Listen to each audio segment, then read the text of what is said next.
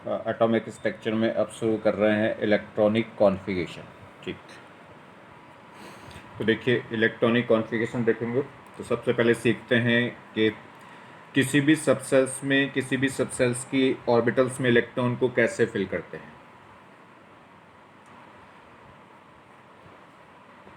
Filling of electrons in orbital of a subshell. तो किसी भी सबसेल्स की ऑर्बिटल में इलेक्ट्रॉन को कैसे फिल करेंगे उसके बारे में हमें 3 रूल्स हैं, उन रूल्स के बारे में पढ़ेंगे। तो कह रहे हैं depends upon following 3 principles.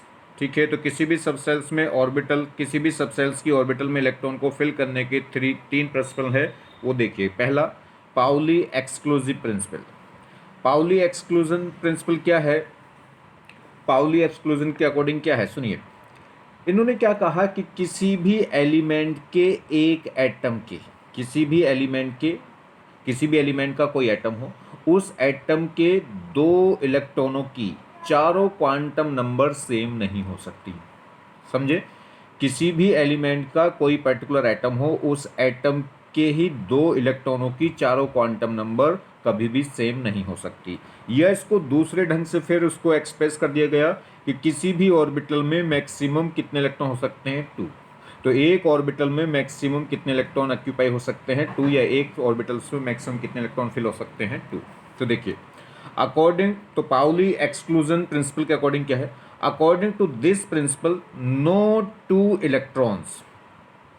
no two electrons in an atom of a element can have same value of all the 4 quantums number। तो किसी भी एलिमेंट के पर्टिकुलर एटम के 2 इलेक्ट्रॉनों की चारों क्वांटम नंबर कभी भी सेम नहीं हो सकती। या this rules further state that, इसी रूल को दूसरे रूप में कहा गया दूसरी लैंग्वेज में, state that atomic orbital of any subshell can not have more than 2 electrons. किसी भी सबसेल की कोई भी एक एटॉमिक ऑर्बिटल वो मैक्सिमम कितने इलेक्ट्रॉन रख सकती है? 2 से ज़्यादा नहीं। ठीक है, तो किसी भी सबसेल्स की एक एटॉमिक ऑर्बिटल मैक्सिमम कितने इलेक्ट्रॉन ऑक्यूपाई कर सकती है? 2।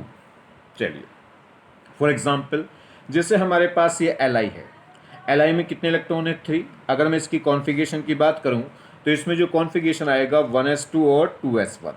तो फर्स्ट सेल की एस सब सेल और ये सेकंड सेल की एस सब सेल, 2 इलेक्ट्रॉन आ गए किसमें? एस में, क्योंकि एस में मैक्सिमम 2 इलेक्ट्रॉन आते हैं और एस सब सेल में एक ही ऑर्बिटल होती है। तो 2 इलेक्ट्रॉन इसमें गए और 1 इलेक्ट्रॉन इसमें गया। तो अगर हम बात करें फॉर द फर्स्ट इलेक्ट्रॉन, तो अगर फर्स्ट इलेक्ट्रॉन की बात करें तो फर्स्ट इलेक्ट्रॉन कहाँ हुआ?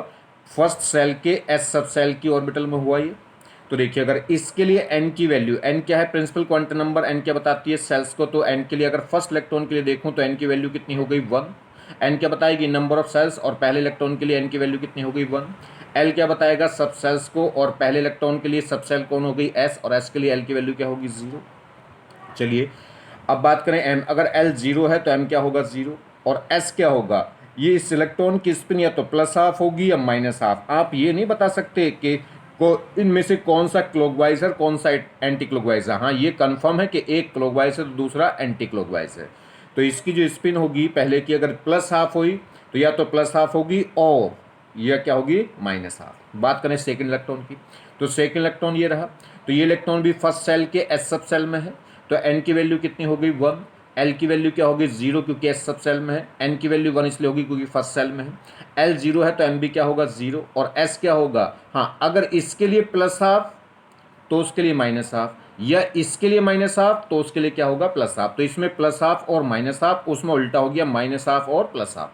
अगर इसके लिए प्लस हाफ है स्पिन तो उसके लिए माइनस हाफ होगी, और अगर इसके लिए माइनस हाफ है तो उसके लिए प्लस हाफ होगी। तो कम से कम स्पिन क्वांटम नंबर तो क्या होगी? डिफरेंट होगी। तो किसी भी एक एटम के 2 इलेक्ट्रॉनों की चारों क्वांटम नंबर सेट कभी भी सेम नहीं हो सकता। देखिए, एन भी सेम था दोनों में 1 1, एल भी सेम था 0 0, एम भी 0 0, मगर एस क्या हो गया? डिफरेंट। अगर इसमें प्लस हाफ होगा तो उसमें माइनस हाफ होगा। चलिए, थर्ड इलेक्ट्रॉन्स की बात कर लो, इसको भी चेक कर लो, हो सके कभी ये और ये मैच कर रहे हो।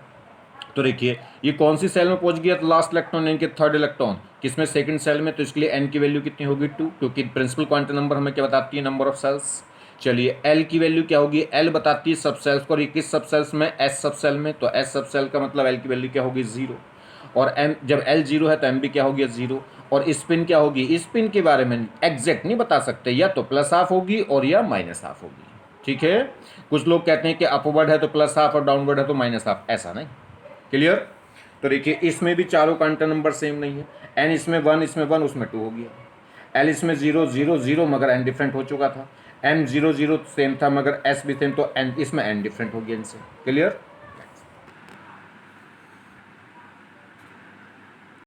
नेक्स्ट देखिए होर्न्स रूल। होर्न्स रूल क्या कहता है, होर्न्स रूल कहता है किसी भी सबसेल्स के अंदर, किसी भी सबसेल्स की जो किसी भी सबसेल्स के अंदर जो ऑर्बिटल्स हैं उनमें क्या होगी, इलेक्ट्रॉन की पेयरिंग जब स्टार्ट होगी, इलेक्ट्रॉन की पेयरिंग जब स्टार्ट होगी जब वो पहले क्या हो जाए, सिंगली फिल्ड हो जाए। कोई भी किसी भी सबसेल्स के अंदर ऑर्बिटलों, सबसेल्स की ऑर्बिटलों के अंदर इलेक्ट्रॉन की पेयरिंग स्टार्ट जब होती है जब वो पहले सिंगली फिल्ड हो जाए, और सिंगली फिल्ड भी किस में हो जाए, सेम स्पिन में, या तो क्लॉकवाइज क्लॉकवाइज या एंटी क्लॉकवाइज एंटी क्लॉकवाइज, मतलब या तो अपवर्ड अपवर्ड अपवर्ड या डाउनवर्ड डाउनवर्ड। ठीक है, चलिए तो होर्न्स रूल क्या कहता है, regarding to this rule pairing of unpaired electron, ये कह रहा है regarding to this rule pairing of unpaired electron in degenerated atomic energy level will not take place until all the degenerated orbitals are singly half filled, singly हो या कह सकते हैं half filled, and spin of the unpaired electron must be same। ये कह रहा है किसी भी सबसेल, देखिए कोई भी पर्टिकुलर सबसेल्स की जो ऑर्बिटल है वो डीजेनरेटेड ऑर्बिटल्स तो कहलाएंगी क्योंकि इनकी सबकी एनर्जी क्या होती है, सेम, और ऐसी ऑर्बिटल जिनकी एनर्जी सेम होने क्या बोलते हैं, डीजेनरेटेड ऑर्बिटल्स। तो किसी भी सबसेल्स की जो ऑर्बिटल्स हैं उनमें इलेक्ट्रॉन की पेयरिंग, या कह सकते हैं उनके जो अनपेयर्ड इलेक्ट्रॉन है उनकी पेयरिंग स्टार्ट जब होगी जब पहले क्या हो जाए, वो सिंगली फिल्ड हो जाएं, ऑल क्या हो जाए, सिंगली फिल्ड, उसके बाद क्या होगी, पेयरिंग स्टार्ट होगी। और जो सिंगली फिल्ड भी होंगे शुरू में स्टार्टिंग में, वो भी कैसे होने चाहिए, सेम स्पिन में। अगर पहला इलेक्ट्रॉन जैसे 1 2, तो 1 2 3 4 5 पहले ये सिंगल सिंगल फिल्ड होंगे, पहला इलेक्ट्रॉन इसमें, दूसरा इसमें, तीसरा इसमें, फोर्थ इसमें, फिफ्थ इसमें, उसके बाद 6 आएगा इसमें, तो 6 7 8 9 10। और देखिए 1 2 3 जो थे वो सब upward upward upward same spin में थे। ठीक है, उससे कोई मतलब नहीं कि आप पहला अपवर्ड रखो या डाउनवर्ड रखो। तो 1 देखिए first number, second number, third number, fourth, fifth, उसके बाद 6 इसमें, 7 इसमें, 8 9 10, और जो लास्ट में आएगा वो अब क्या होगा, जो पेयरिंग होगी वो कैसी होगी, अपवर्ड डायरेक्शन में। अगर ये अपवर्ड थे पहले, अगर 1 2 3 4 5 अपवर्ड थे तो 6 7 8 9 10 क्या होंगे, डाउनवर्ड हो जाएंगे। क्लियर। चलिए तो एक बार मैं स्कोर पढ़ देता हूं। तो कह रहा है regarding to this rule pairing of unpaired electrons in degenerated atomic energy level will not take place until all the degenerated orbitals are singly या कह सकते हैं half filled and spin of unpaired electron must be same। ये कह रहा है किसी भी अनपेयर्ड इलेक्ट्रॉन की पेयरिंग जब तक स्टार्ट नहीं हो सकती, किसमें, सबसेल्स की ऑर्बिटलों में, जब तक वो क्या हो जाए, सारी की सारी ऑर्बिटल सिंगली फिल्ड ना हो जाए, वो भी किसमें, सेम स्पिन में। तो पहले सिंगली फिल्ड होंगी 1 2 3 4 5, उसके बाद पेयरिंग स्टार्ट होगी। क्लियर। चलिए आप वाउ प्रिंसिपल क्या है, अब नेक्स्ट देखिए थर्ड। आप वाउ प्रिंसिपल क्या कह रहा है, ये कह रहा है कि किसी भी पर्टिकुलर सेल की अगर हम बात करें, जैसे सेल है, जैसे मान लीजिए थर्ड सेल मान लें, तो थर्ड सेल में 3s होगी, 3p होगी, 3d होगी। तो कह रहा है किसी भी पर्टिकुलर सेल में इलेक्ट्रॉन पहले उस ऑर्बिटल में जाता है जिसकी एनर्जी क्या होती है, स्मॉल। किसी भी सेल्स के अंदर इलेक्ट्रॉन उस ऑर्बिटल में पहले फिल होगा जिसकी एनर्जी क्या होगी, स्मॉल होगी। ठीक है, तो देखिए according to this principle filling of electron in an orbital of a subshell take place from lower energy level to higher energy level, and energy level of the orbital of a subcell is determined by the n plus l rule। ये कह रहा है किसी भी orbital में जो electron है वो कैसे फिल्ड होंगे, सबसे पहले वो ऑर्बिटल फिल होगी जिसकी एनर्जी क्या होगी, सबसे कम, उसके बाद उससे हायर एनर्जी वाली, उसके बाद उससे हायर वाली। तो इलेक्ट्रॉन सबसे पहले उसमें जाएंगे जिस ऑर्बिटल की एनर्जी सबसे कम है, और एनर्जी हमें कैसे पता चलेगी, किसकी एनर्जी ज़्यादा है किसकी कम है, वो एनर्जी डिटरमाइन होगी n+l रूल से। n क्या है, प्रिंसिपल क्वांटम नंबर, और l क्या है, एजिमुथल क्वांटम नंबर। इन दोनों के सम से वो रूल एनर्जी पता चलेगी ऑर्बिटल की कि किसकी ज़्यादा है किसकी कम है। क्लियर होगी बात? तो एक बार और पढ़ देता हूँ मैं इसको। According to this principle, filling of electron in an orbital of a subcell take place from lower energy level to higher energy level। तो जो इलेक्ट्रॉन फिल होंगे वो लोअर एनर्जी से लेके कहां तक, हायर, लोअर से स्टार्ट होकर हायर की तरफ जाएंगे। And energy level of orbital of a subshell is determined by the n+l। तो किसी भी सबसेल्स की ऑर्बिटल में जो इलेक्ट्रॉन होंगे वो पहले लोअर एनर्जी लेवल में जाएंगे, फिर उससे हायर में जाएंगे, फिर उससे हायर में। और ऑर्बिटलों की जो एनर्जी है लेवल है वो किससे पता चलेगा, n+l रूल से। अब ये n+l रूल क्या है वो समझ लो। n+l रूल, तो देखिए, according to this rule first electron entered to that orbital of subcell whose n+l value is minimum। ये कह रहा है n+l रूल के अकॉर्डिंग क्या है कि इलेक्ट्रॉन पहले उस ऑर्बिट, किसी भी सबसेल्स की उस ऑर्बिटल में जाएगा जिसके लिए n+l क्या होगी, मिनिमम। ठीक है, when n+l value becomes equal for two subcells, then electron will enter to that subcell of which n value is minimum। ये कह रहा है कि इलेक्ट्रॉन पहले उस ऑर्बिटल में जाएगा जिस ऑर्बिटल के लिए n+l की वैल्यू मिनिमम है। और अगर n+l क्या आ जाए, दो ऐसी ऑर्बिटल आ जाए जिसके लिए n+l क्या आ गया, सेम, तो फिर इलेक्ट्रॉन उस ऑर्बिटल में जाएगा जिसका n सेम, n मिनिमम है। तो हम क्या करेंगे, तो कहने का मतलब है जो एनर्जी है, जो एनर्जी है किसी भी इलेक्ट्रॉन्स की, किसी भी ऑर्बिटल्स की जो एनर्जी है वो डायरेक्टली प्रोपोर्शनल हो रही है किसके, n+l के। अगर n+l बढ़ेगा तो एनर्जी क्या होगी, बढ़ेगी, और एनर्जी बड़ी हो जाएगी तो इसका मतलब इलेक्ट्रॉन उसमें बाद में जाएगा। तो क्योंकि उसने कहा कि इलेक्ट्रॉन पहले उसमें जाएगा जिसका n+l मिनिमम हो, मतलब जितना n+l मिनिमम होगा उतनी एनर्जी क्या होगी, मिनिमम। या उल्टा कहो कि जितना n+l क्या होगा, ज़्यादा, उतनी एनर्जी क्या होगी, ज़्यादा। तो किसी भी ऑर्बिटल की जो एनर्जी है वो डायरेक्टली प्रोपोर्शनल होगी, पहले चेक करेंगे n+l से, जितना n+l अधिक उतनी एनर्जी अधिक। अगर n+l सेम आ जाए तो फिर चेक करेंगे n जिसका ज़्यादा होगा उसकी एनर्जी क्या होगी, ज़्यादा होगी। क्लियर होगी बात? तो इलेक्ट्रॉन क्या होगा, पहले उसमें जाएगा जिसका एनर्जी कम होगी, एनर्जी कम उसकी होगी जिसका n+l कम होगा। अगर n+l कम सेम हुआ तो फिर देखेंगे n को, और n जिसका कम होगा उसकी एनर्जी कम होगी। नेक्स्ट, जैसे अगर हम बात देखें थोड़ी सी, जैसे मैं फर्स्ट सेल की बात करूं, फर्स्ट सेल की बात करूं तो फर्स्ट सेल में केवल s सब सेल होती है, क्योंकि फर्स्ट में s सब सेल कहां से स्टार्ट हो जाती है, फर्स्ट से। p कहां से स्टार्ट होती है, सेकंड से। d कहां से स्टार्ट हो जाएगी, थर्ड से। और f कहां से स्टार्ट होती है, फोर्थ से। तो देखिए ये 1s पे हमने ऐसे रखा 1s, फिर ये 2s के आगे क्या आएगा, देखिए ये 1s है, ये हो गया पहली सेल मान ली 1s। एक तरीका, एक ढंग है ये, ठीक है। पहली, ये हमने पहली सेल मानी 1s, दूसरी में मानी तो ये 2s, ठीक है। और 2s के आगे लूंगा, अगर p लूंगा तो एक नंबर कम करेंगे, एक नंबर कम करेंगे तो यहाँ क्या आएगा, 1p। तो 1p तो होती नहीं क्योंकि p फर्स्ट में एग्जिस्ट करती नहीं। तो आगे चलिए, ये आगे थर्ड, ये हो गया 3s के आगे अगर मैं p लिखूंगा तो नंबर एक कम कर देंगे। अगर s का नंबर 3 है तो p का एक नंबर कम करना है इसमें। तो 3s, तो यहाँ पे क्या होगा 2p, और फिर आगे क्या होगा 1d।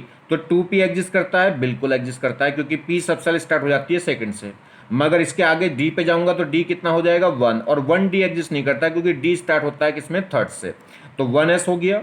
2s के बाद आगे करूंगा तो 1p होता नहीं। चलिए, तो आ गया 3s, थर्ड सेल में चले तो थर्ड में चल रहे हैं तो 3s, और ये क्या होगा 3s के आगे लिखूंगा p तो होगा 2p, और 2p एग्जिस्ट करता है, उसके आगे लिखूंगा 1d, और 1d होता नहीं। तो छोड़िए, यहाँ देखिए 4। अब नेक्स्ट नंबर पर आ गए तो 4s, 4 के आगे क्या होगा 3p, और 3p एग्जिस्ट करता है। 3p के आगे क्या लाऊंगा 2d, और 2d भी एग्जिस्ट नहीं करता, तो इसे भी हटाइए।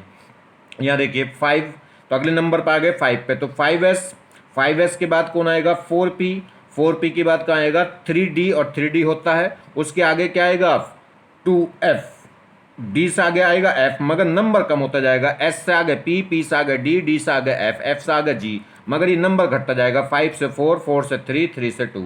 तो देखिए अगर हम 5s ले रहे हैं तो 5s से आगे क्या होगा 4p, ठीक, और 4 से आगे क्या होगा 3D, और 3D से आगे लूंगा तो 2F, और F 2 में होता नहीं, F कहाँ में होता है, कम पहला F कहाँ पाया जाता है, फोर्थ सेल में। चलिए देखें, अब 6 की बात कर लें तो 6S, उसके बाद होगा 5P के बाद क्या होगा 4D के बाद क्या होगा 3F, तो 3F भी नहीं होता क्योंकि F कहाँ पाया जाता है, कम से कम 4 में। यानी कि 7S, 6P, 5D, और 5D के आगे क्या होगा 4F, और 4F एग्जिस्ट करता है बिल्कुल, क्योंकि F कहाँ एग्जिस्ट कर जाती है 4 में। देखिए S एग्जिस्ट कर जाएगी पहली सेल से, P एग्जिस्ट करती है सेकंड सेल से, D एग्जिस्ट करती है थर्ड सेल से, और F एग्जिस्ट करती है फोर्थ सेल से।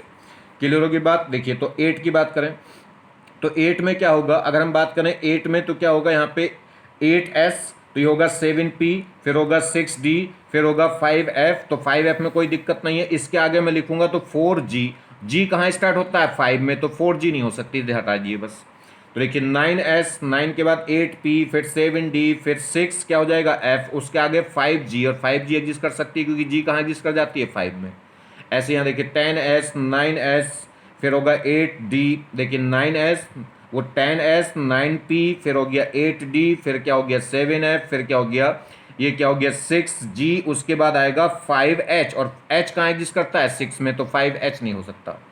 आगे बात समझ में। अब ये सीक्वेंस हमने लिख ली 1S, 2S, फिर 3S, 2P, इस टाइप से, तो इससे ये भी पता चल रहा है कौन एग्जिस्ट करता है कौन नहीं। अब इसमें क्या होगा, यहां से ऐसे चलेंगे, इससे ज़्यादा एनर्जी इसकी, उसके बाद फिर यहां से शुरू होंगे, तो 1S से ज़्यादा एनर्जी होगी किसकी 2S की, 2S से फिर ज़्यादा एनर्जी किसकी होगी 2P, 2P से ज़्यादा 3S, 3S से ज़्यादा फिर वापस यहीं से शुरू होंगे 3P, 3P से ज़्यादा 4S, 4S से ज़्यादा फिर क्या होगी 3D, 3D से ज़्यादा क्या होगी 4P, 4P ज़्यादा 5S, 5S से ज़्यादा फिर यहाँ से शुरू होंगे 4D, 4D से ज़्यादा 5P, 5P से ज़्यादा 6S, 6S से ज़्यादा एनर्जी किसकी होगी 4F की। मतलब इलेक्ट्रॉन जब फिल करेंगे तो पहले इलेक्ट्रॉन इसमें दीजिए, फिर इसमें दीजिए, जब ये फुल्ली फिल हो जाए तो फिर यहाँ से शुरू करेंगे इसमें, इसके बाद इसमें, इसके बाद फिर इसमें, फिर इसके बाद फिर इसमें, इसके बाद फिर इसमें भरेंगे।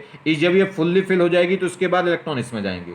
ये आपको पता ही है, एस में मैक्सिमम इलेक्ट्रॉन आ सकते हैं 2, पी में मैक्सिमम 6, डी में मैक्सिमम 10, और एफ में मैक्सिमम 14। क्लियर होगी बात। तो इस तरीके से इसको याद रखना है। अब ये याद रखने की जरूरत नहीं है, इसका एक फंडा बता देता हूं मैं, क्या है आप सुनिए। आप ऐसे एक ध्यान रखिए इसका तरीका क्या होगा। हम क्या करेंगे, देखिए ऐसे बात लिखेंगे, संदीप, क्या लिखा, एस को मैं बोलूंगा संदीप, पी को बोलूंगा पवन, डी को बोलूंगा डोले, और एफ को बोलूंगा फास्ट। ठीक, तो संदीप, फिर लिखेंगे संदीप पवन, फिर लिखेंगे संदीप पवन, फिर लिखेंगे संदीप डोले पवन, फिर लिखेंगे संदीप डोले पवन। ठीक, फिर लिखेंगे यहाँ पे संदीप फास्ट डोले पवन, फिर लिखेंगे संदीप फास्ट डोले पवन, और उसके लास्ट में फिर संदीप। यहाँ तक कहानी खत्म हो जाती। इससे ज़्यादा इलेक्ट्रॉन के एलिमेंट हमारे पास अवेलेबल अभी नहीं है। कैसे लिखेंगे, ये फर्स्ट था, ये 2 था, ये थर्ड था, ये फोर्थ था, और ये क्या था 5, ये था 6, और ये 7, और ये 8। क्या लिखा मैंने, संदीप, संदीप पवन, संदीप पवन, संदीप डोले पवन, संदीप डोले पवन। ठीक, फिर संदीप फास्ट डोले पवन, फिर संदीप फास्ट डोले पवन, और लास्ट में संदीप। हर चीज़ 2 बार आएगी। संदीप स्टार्टिंग में एक बार और एक लास्ट में एक बार, 2 बार आ गया, एक बार शुरू में एक बार स्टार्टिंग में। और संदीप के बाद हर बार 2 चीज़ आएंगी। देखिए संदीप, संदीप पवन, संदीप पवन, संदीप डोले पवन, फिर संदीप डोले पवन, आगे 2 बार संदीप डोले पवन, संदीप डोले पवन, फिर संदीप फास्ट डोले पवन, फिर संदीप फास्ट डोले पवन, और फिर लास्ट में संदीप। तो समझे, संदीप, संदीप पवन, संदीप पवन, संदीप डोले पवन, संदीप डोले पवन, फिर संदीप फास्ट डोले पवन, संदीप फास्ट डोले पवन, और लास्ट में संदीप। ठीक, अब नंबर देखिए, एक चीज सीक्वेंस ध्यान रखिए जरा, एस, संदीप फास्ट डोले पवन। अगर इसका नंबर n है तो p का नंबर भी n होगा, और जो नंबर p का है, जो s का नंबर है वही p का है, जो p का है उससे एक कम होगा d का, तो n-1, और d और f का एक और कम हो जाएगा, कितना हो जाएगा n-2। बस बात खत्म हुई। देखिए ये 1 था, बात खत्म हो गई। ये सेकंड शुरू हो गया, तो अगर एस का नंबर 2 है तो पी का भी क्या होगा 2, एस का 3 है तो पी का भी क्या होगा 3। अब ये फोर्थ नंबर है, एस का 4 है तो पी का भी 4, मगर डी का एक कम होगा 3D। देखिए एस का कितना है 5, तो पी का भी कितना होगा 5, मगर डी का एक कम होगा कितना 4। चलिए यहाँ देखिए, अगर एस का कितना है 6 तो पी का भी 6, डी का एक कम हो जाएगा 5 और एफ का एक और कम हो जाएगा, कितना हो जाएगा 4। यहाँ देखिए एस का 7 है तो पी का भी 7, तो डी का एक कम कितना 6 और एफ का एक और कम कितना हो गया 5, और बस बात खत्म हो गई। बढ़ते जाइए इलेक्ट्रॉन, कितने इलेक्ट्रॉन देखिए 1s आ गया, 1s के बाद 2s, 2s के बाद देखिए 2p, 2p के बाद देखिए क्या आ रहा था 3s, 3s के बाद देखो कौन आ रहा था 3p, 3p के बाद देखो कौन आ रहा था 4s, 4s के बाद फिर यहाँ से चलेंगे 3d, 3d के बाद क्या आ गया 4p, 4p के बाद देखिए 5s आ गया, देखो वही बिल्कुल। तो ऐसे याद रखिए इसको। अब कैसे, जितना हमारे पास जिस भी एटम का हमें इलेक्ट्रॉनिक कॉन्फ़िगरेशन लिखना है, जिस भी एटम का इलेक्ट्रॉनिक कॉन्फ़िगरेशन लिखना है वो इसमें फिल करते चले जाएंगे। 2 2 एस में 2 इलेक्ट्रॉन आते हैं तो 2 इस पहले इसमें गए, उसके बाद फिर 2 इसमें, जब ये फुल्ली फिल हो जाएंगे इसके बाद इसमें 6, फिर 2, फिर 6, 2 डी में कितने 10, पी में 6। कब तक भरेंगे, जब तक इलेक्ट्रॉन खत्म ना हो जाए। एस में 2 ये भर गया तो फिर बचे तो डी में 10, पी में 6, एस में 2, एफ में 14, डी में 10 और पी में 6, एस में 2, एफ में 14, डी में 10, पी में 6 और एस में 2। अब बड़ी इंपॉर्टेंट बात देखिए, यहाँ तक कितने इलेक्ट्रॉन आ जाते हैं 2, यहाँ तक टोटल इलेक्ट्रॉन हो जाते हैं 2, यहाँ तक टोटल, यहाँ से लेके यहाँ तक हो जाते हैं 10 इलेक्ट्रॉन, यहाँ से लेके यहाँ तक हो जाते हैं 18 इलेक्ट्रॉन, यहाँ से लेके यहाँ तक हो जाते हैं 36 इलेक्ट्रॉन। ठीक है,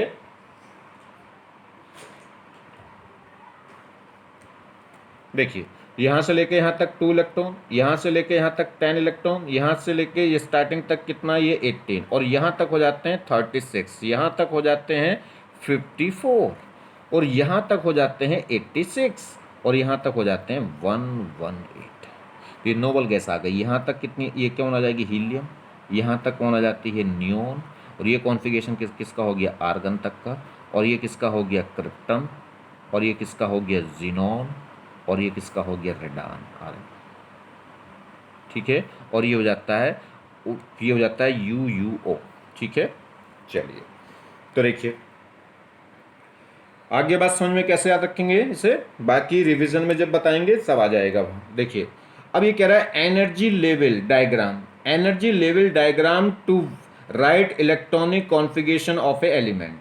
तो किसी भी एलिमेंट एनर्जी लेवल डायग्राम था ये, तो ये डायग्राम तो छोड़िए, मैंने आपको तरीका बता दिया। संदीप पवन, संदीप डोले पवन, संदीप फास्ट डोले पवन, और संदीप, बस इसमें भर देता है। ठीक है, तो energy level diagram to the right electronic configuration of element, वो ये हो गया जी। चलिए अभी कह रहा है representation of electronic configuration of atom of element, किसी भी एलिमेंट के एटम का इलेक्ट्रॉनिक कॉन्फ़िगरेशन कैसे रिप्रेजेंट करते हैं, वो इक्वल टू होता है NLX, जहाँ n क्या है, n तो बताएगा नंबर ऑफ सेल्स को, यानी कि n क्या बताएगा नंबर ऑफ सेल्स, l क्या बताएगा, L बताएगा नोटेशन ऑफ सबसेल, मतलब S सबसेल है, P सबसेल है, D सबसेल है। N ने तो क्या बता दिया नंबर ऑफ सेल्स को, मतलब पहली सेल, दूसरी सेल, तीसरी सेल, चौथी सेल।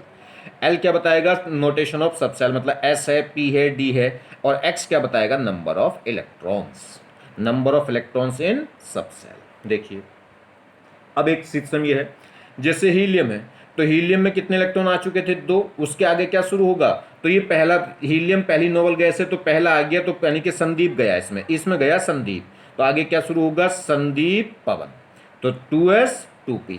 क्लियर। अब ये क्या हो गया सेकंड नोबल गैस आ गई, तो संदीप भी आ गया, संदीप पवन भी आ गया, तो अगला फिर शुरू होगा संदीप पवन, तो 3s 3p क्या होगा इसमें 3s, और उसके आगे क्या हो जाएगा 3p, इस टाइप से चलेगा। ठीक, यहां देखिए संदीप इसमें आ चुका था, संदीप पवन यहाँ आ गया। अब ये देखिए इसमें क्या है, ये सेकंड नोबल गैस हो गई, 10 इलेक्ट्रॉन आ गए, तो इसका आगे क्या चलेगा संदीप पवन। अब ये आ गया देखिए आर्गन थर्ड आ गई, तो इसका मतलब संदीप भी आ गया, संदीप पवन दोनों आ गए। अब इससे आगे क्या चलेगा संदीप डोले पवन, एस संदीप का नंबर 4 है तो पवन का भी 4 होगा, मगर डोले का कितना होगा 3। अब जितने भी इलेक्ट्रॉन होंगे बढ़ते जाएंगे। ठीक, और जैसे ही इलेक्ट्रॉन क्या हो गए 36 हो गए, तो क्या हो गई क्रिप्टन हो गई, देखिए 2 इलेक्ट्रॉन आ गए तो ये 2 से आगे ये लिखा जाएगा। 10 इलेक्ट्रॉन तो चले गए नोबल गैस में, 10 से आगे होगा तो इसमें भरेंगे। अगर 18 इलेक्ट्रॉन, 18 से ज़्यादा इलेक्ट्रॉन है तो 18 तो किस में आ गए, आर्गन गैस में। 18 तो आ गए आर्गन में, 18 से आगे जो भी होंगे उनमें भरे जाएंगे। अब जैसे 36 से ज़्यादा इलेक्ट्रॉन है, इसमें कब भरे जाएंगे, जब 18 से ज़्यादा हो 36 से कम हो, क्योंकि 36 या 36 से ज़्यादा हो जाएंगे तो इसमें आ जाएगा। अब ये क्या होगा, 36 तो 36 से अगर ज़्यादा है तो 36 तो आ गए क्रिप्टन में।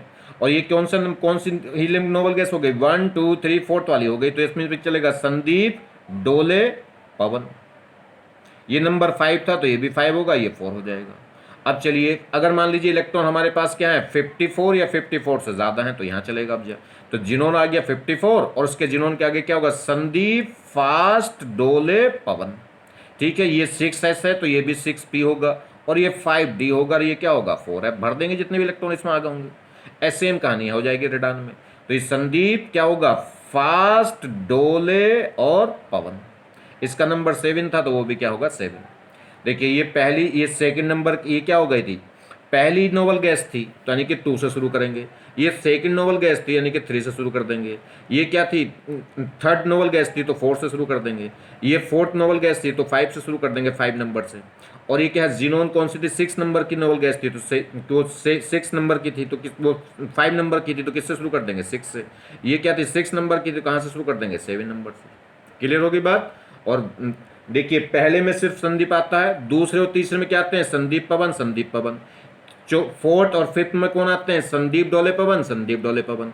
और 6 और 7 में कौन आते हैं, संदीप, फास्ट, डोले, पवन, संदीप, फास्ट, डोले, पवन। चलिए देखिए जैसे एल्युमिनियम है, इसमें कितने इलेक्ट्रॉन है, 13। इसका मुझे कॉन्फ़िगरेशन लिखना है तो आप क्या लिखें, देखिए संदीप, संदीप, पवन, फिर संदीप, पवन, जरूरत पड़ेगी आगे लिख लूंगा, संदीप, संदीप, पवन, संदीप, पवन। 2 इसमें गए, 2 इसमें गए, 6 इसमें गए, कितने हो जाते हैं यहाँ तक, 10। 2 इसमें चले गए, कितने हो गए, 12। ये हैं कितने, 13, यहाँ तक आ गए 12, क्योंकि यहाँ तक आ जाते हैं 10। याद रखिए यहाँ तक 2, यहाँ तक 10, तो 10 यहाँ तक आ गए, 2 चले गए इसमें तो एस में कितने जाएंगे, 2, तो 2 आ गए एस में, तो बचे कितने, 12 आ गए, यहाँ तक हैं कितने, 13, तो एक बचा, तो किस में आ जाएगा, 3p1। क्लियर होगी बात। चलिए जैसे मैं, और इसको दूसरा तरीका क्या लिख सकते हैं, इसमें क्या है 10 से ज़्यादा इलेक्ट्रॉन है तो 10 से ज़्यादा मतलब क्या हो गई, ये क्या हो गई, न्यून आ गया। ऐसे भी लिख सकते हैं इसे न्यून। न्यून में कितने इलेक्ट्रॉन आ गए, 10। न्यून होती कौन सी है, noble gas, second noble gas होती है, तो यहाँ से शुरू हो जाएगा 3s 3p। क्लियर।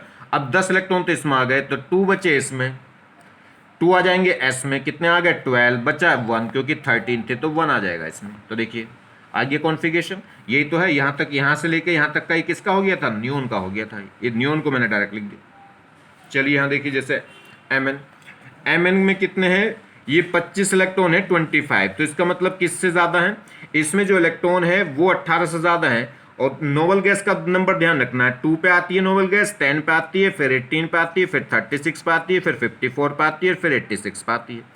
तो ये क्या है, किसके बीच का है, ये 18 और 36 के बीच का है। ठीक है, तो चलिए इसमें जो नोबल गैस आएगी वो कौन आएगी, आर्गन, यानी कि कितनी, 18 वाली, क्योंकि इसमें क्या है 25 इलेक्ट्रॉन है, 18 से ज़्यादा है, 36 से कम है। तो ये कौन सी नोबल गैस है, थर्ड नोबल गैस है। थर्ड है तो कहाँ से नंबर शुरू हो जाएगा, 4 से। और 4 नंबर में कौन आता है, संदीप, डोले, पवन आता है, संदीप, डोले, पवन। पवन अब कितने इलेक्ट्रॉन है, 18 तो आ गए इसमें, 2 आ गए इसमें, कितने हो गए, 20, और बचे 5 क्योंकि 25 है तो 5 आ जाएंगे किसमें, डी में, क्योंकि डी में मैक्सिमम कितने इलेक्ट्रॉन हो सकते हैं, 14। वो कितने हो सकते हैं, 10। डी में मैक्सिमम इलेक्ट्रॉन कितने हो सकते हैं, 10। कितने बचे थे मेरे पास, 5, वो तो 5 के 5 यहाँ गए, तो पी में जरूरत नहीं पड़ी, वो 0 होगा। नहीं आप ऐसे नहीं लिखना चाहते तो बिल्कुल वैसे चलिए देखिए क्या करेंगे, संदीप, संदीप, पवन, संदीप, पवन, संदीप, डोले, पवन, यहां तक ही काम हो गया होगा इसका। ये फर्स्ट नंबर, ये सेकंड होगा तो वो भी सेकंड। अब ये थर्ड है तो इसका भी नंबर थर्ड होगा। ये फोर्थ है तो इसका पी का ही फोर्थ और डी का क्या होगा, एक कम होगा। रखिए नंबर। एस कितने इलेक्ट्रॉन जाते हैं, 2। एस में कितने इलेक्ट्रॉन आते हैं, 2। पी में मैक्सिमम इलेक्ट्रॉन हो सकते हैं 6। एस में कितने, 2। पी में 6, यहाँ तक हो जाते हैं 18। यहाँ तक कितने हो गए, 18 हो गए। तो 2 इसमें आ गए, कितना हो गए, 20 हैं, कितने मेरे पास, 25। तो कितने इलेक्ट्रॉन बचे 5, तो वो डी के डी में चले जाएंगे 5 के 5 इलेक्ट्रॉन, क्योंकि अगली सेल में जब तक नहीं जाएंगे जब तक ये फुल्ली फिल ना हो। तो बस बात खत्म हो गई। तो पी में कितने रह जाएंगे 0। क्लियर।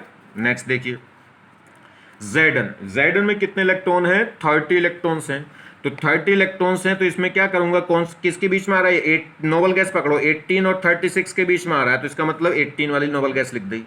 आर्गन। आर्गन कौन सी नोबल गैस होती है, थर्ड, तो नंबर क्या आएगा 4th, और 4th में क्या होता है संदीप डोले पवन होता है, 4th में और 5th में क्या होता है संदीप डोले पवन।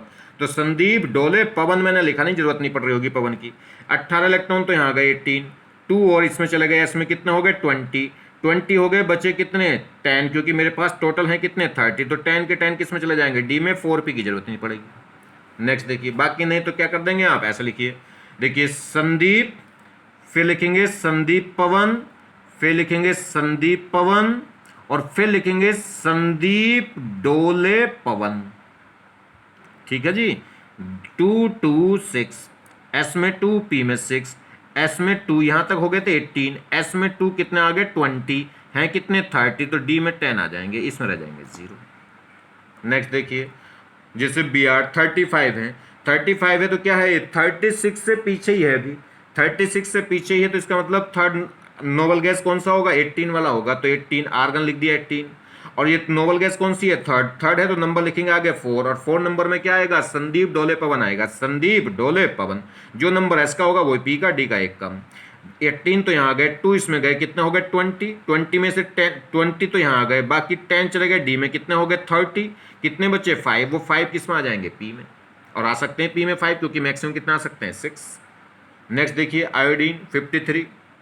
चलिए ये 53 क्या है, 54 से कम है मगर 56 से ज्यादा है, तो आपकी क्या आ गई क्रिप्टन। क्रिप्टन कौन से नंबर की नोबल गैस है 4th नंबर की, तो यहाँ अगला नंबर कौन सा होगा 5, तो 5 में और 4 में कौन आता है संदीप डोले पवन। तो देखिए संदीप डोले पवन, जो नंबर संदीप का वही पवन का होगा, डोले का एक कम होगा। इसमें कितने आ गए 36, 2 बढ़ते कितने हो गए ये 38, 10 इसमें आते कितने हो गए 48, 48 है कितने ये 53, तो कितने बचे 5, 5 किस में आ जाएंगे पी में।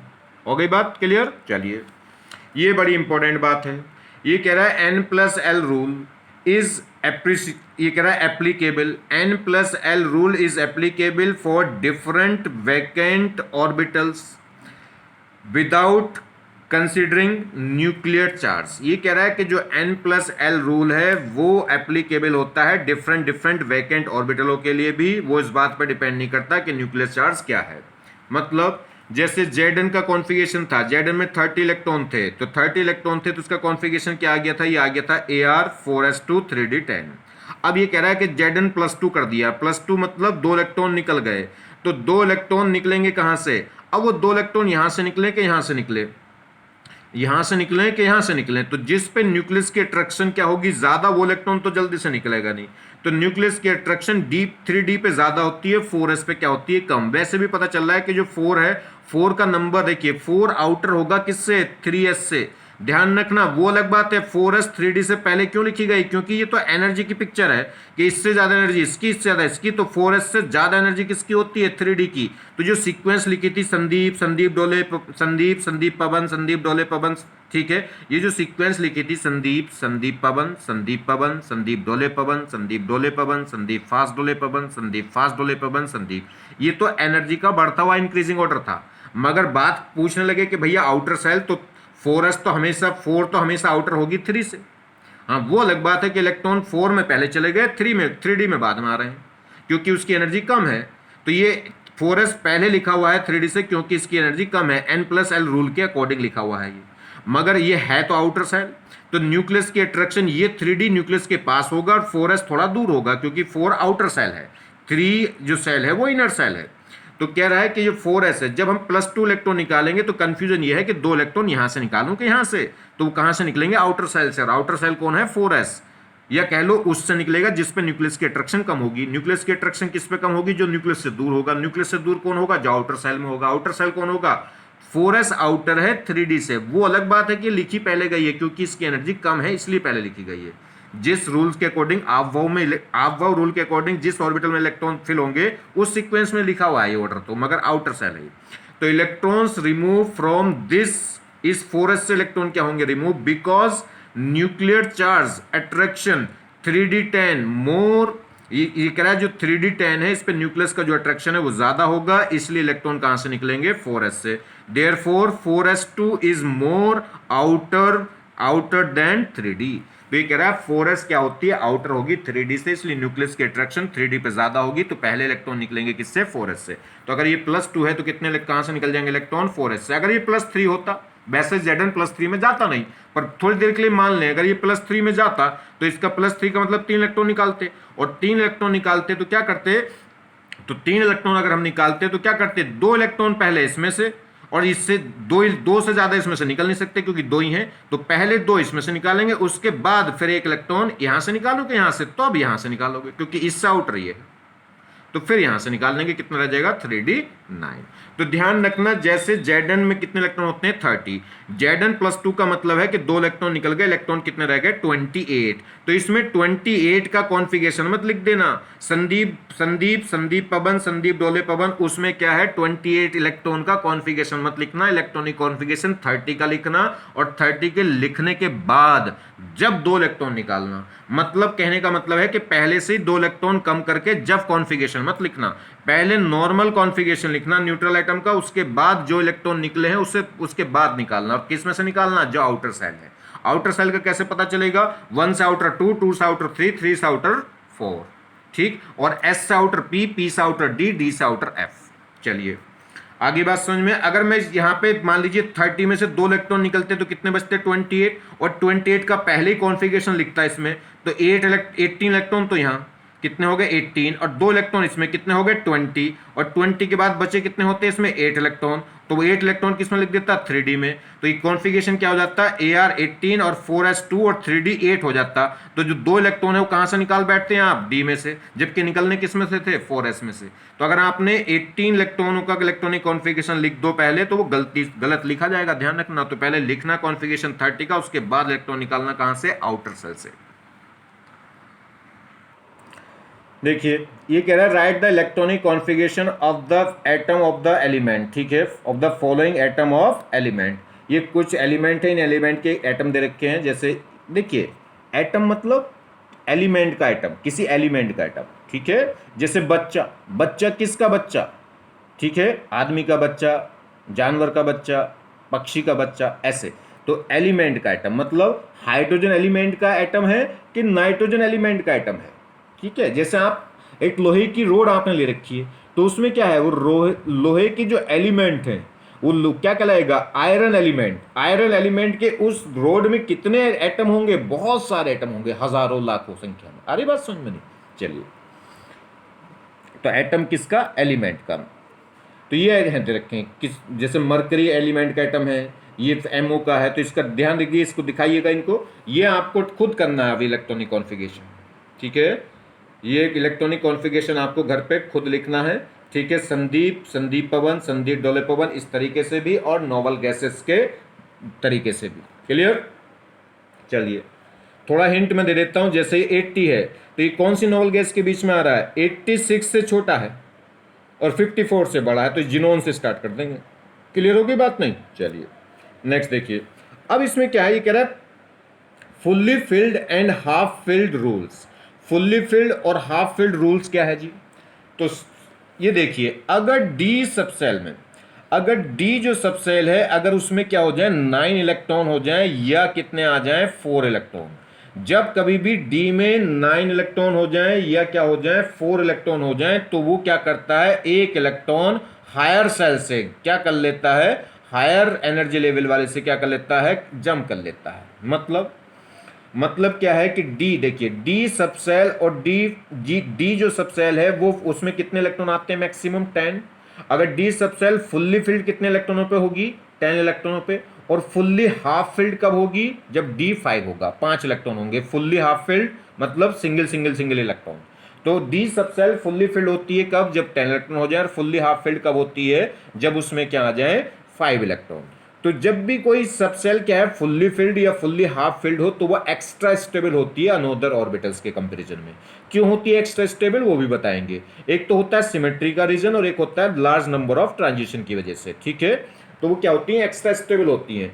तो क्या ध्यान रखना है, जब डी में डी में अगर 9 इलेक्ट्रॉन आ गए तो 9 का मतलब है कि एक इलेक्ट्रॉन आते ही D10 हो जाएंगे, और D10 होते ही क्या हो जाएगी, एक्स्ट्रा स्टेबल हो जाएगी। तो ये अपनी स्टेबिलिटी को अधिक करने के लिए क्या करता है, यानी कि 3D में अगर 9 इलेक्ट्रॉन है तो ये क्या करेगा, अपने आप को मोर स्टेबल करने के लिए, आप कह सकते हैं फुल्ली फिल्ड करने के लिए एक इलेक्ट्रॉन जंप कर लेगा। ऐसे ही अगर डी में क्या हो जाए, D3D4 और 4s2, तो जैसे डी में 4 इलेक्ट्रॉन आएंगे तो एक इलेक्ट्रॉन को क्या कर लेगा, ये जंप कर लेगा। तो ध्यान रखना, इलेक्ट्रॉन जंप जब ही करता है जब डी को फुल्ली फिल्ड या फुल्ली हाफ फिल्ड होने के लिए एक इलेक्ट्रॉन की कमी रह जाए, तभी जंप करता है। ठीक है, यानी कि D9 हो या D4 हो तभी इलेक्ट्रॉन को जंप करेगा, अगर D8 हो तो नहीं जंप करेगा, D3 हो तो जंप नहीं करेगा। तो देखिए, और क्यों जंप करा लेता है, मोर स्टेबल। तो जब भी D9 4s2 कॉन्फ़िगरेशन होगा, D9 4s2 होगा तो 4s2 का एक इलेक्ट्रॉन कहाँ चला जाएगा, 3D में, और ये हो जाएगा 3D10 4s1। और जैसे होगा 3D4 4s2 तो इसका एक इलेक्ट्रॉन जंप कर जाएगा इधर, और ये कॉन्फ़िगरेशन क्या हो जाएगा, 3D5 4s1 रह जाएगा। चलिए, तो ऐसा किस में मिल रहा है, कॉपर में और क्रोमियम में। देखिए तो क्या है ये, whenever there is when ये कह रहा है whenever there is deficiency of only one electron, deficiency मतलब कमी, deficiency of only one electron in complete field and half field of a subshell, then to gain extra stability one electron come from the nearest most, ये कह रहा है near most subshell of higher energy level to D and F subshell of, ये कह रहा है inertial cell.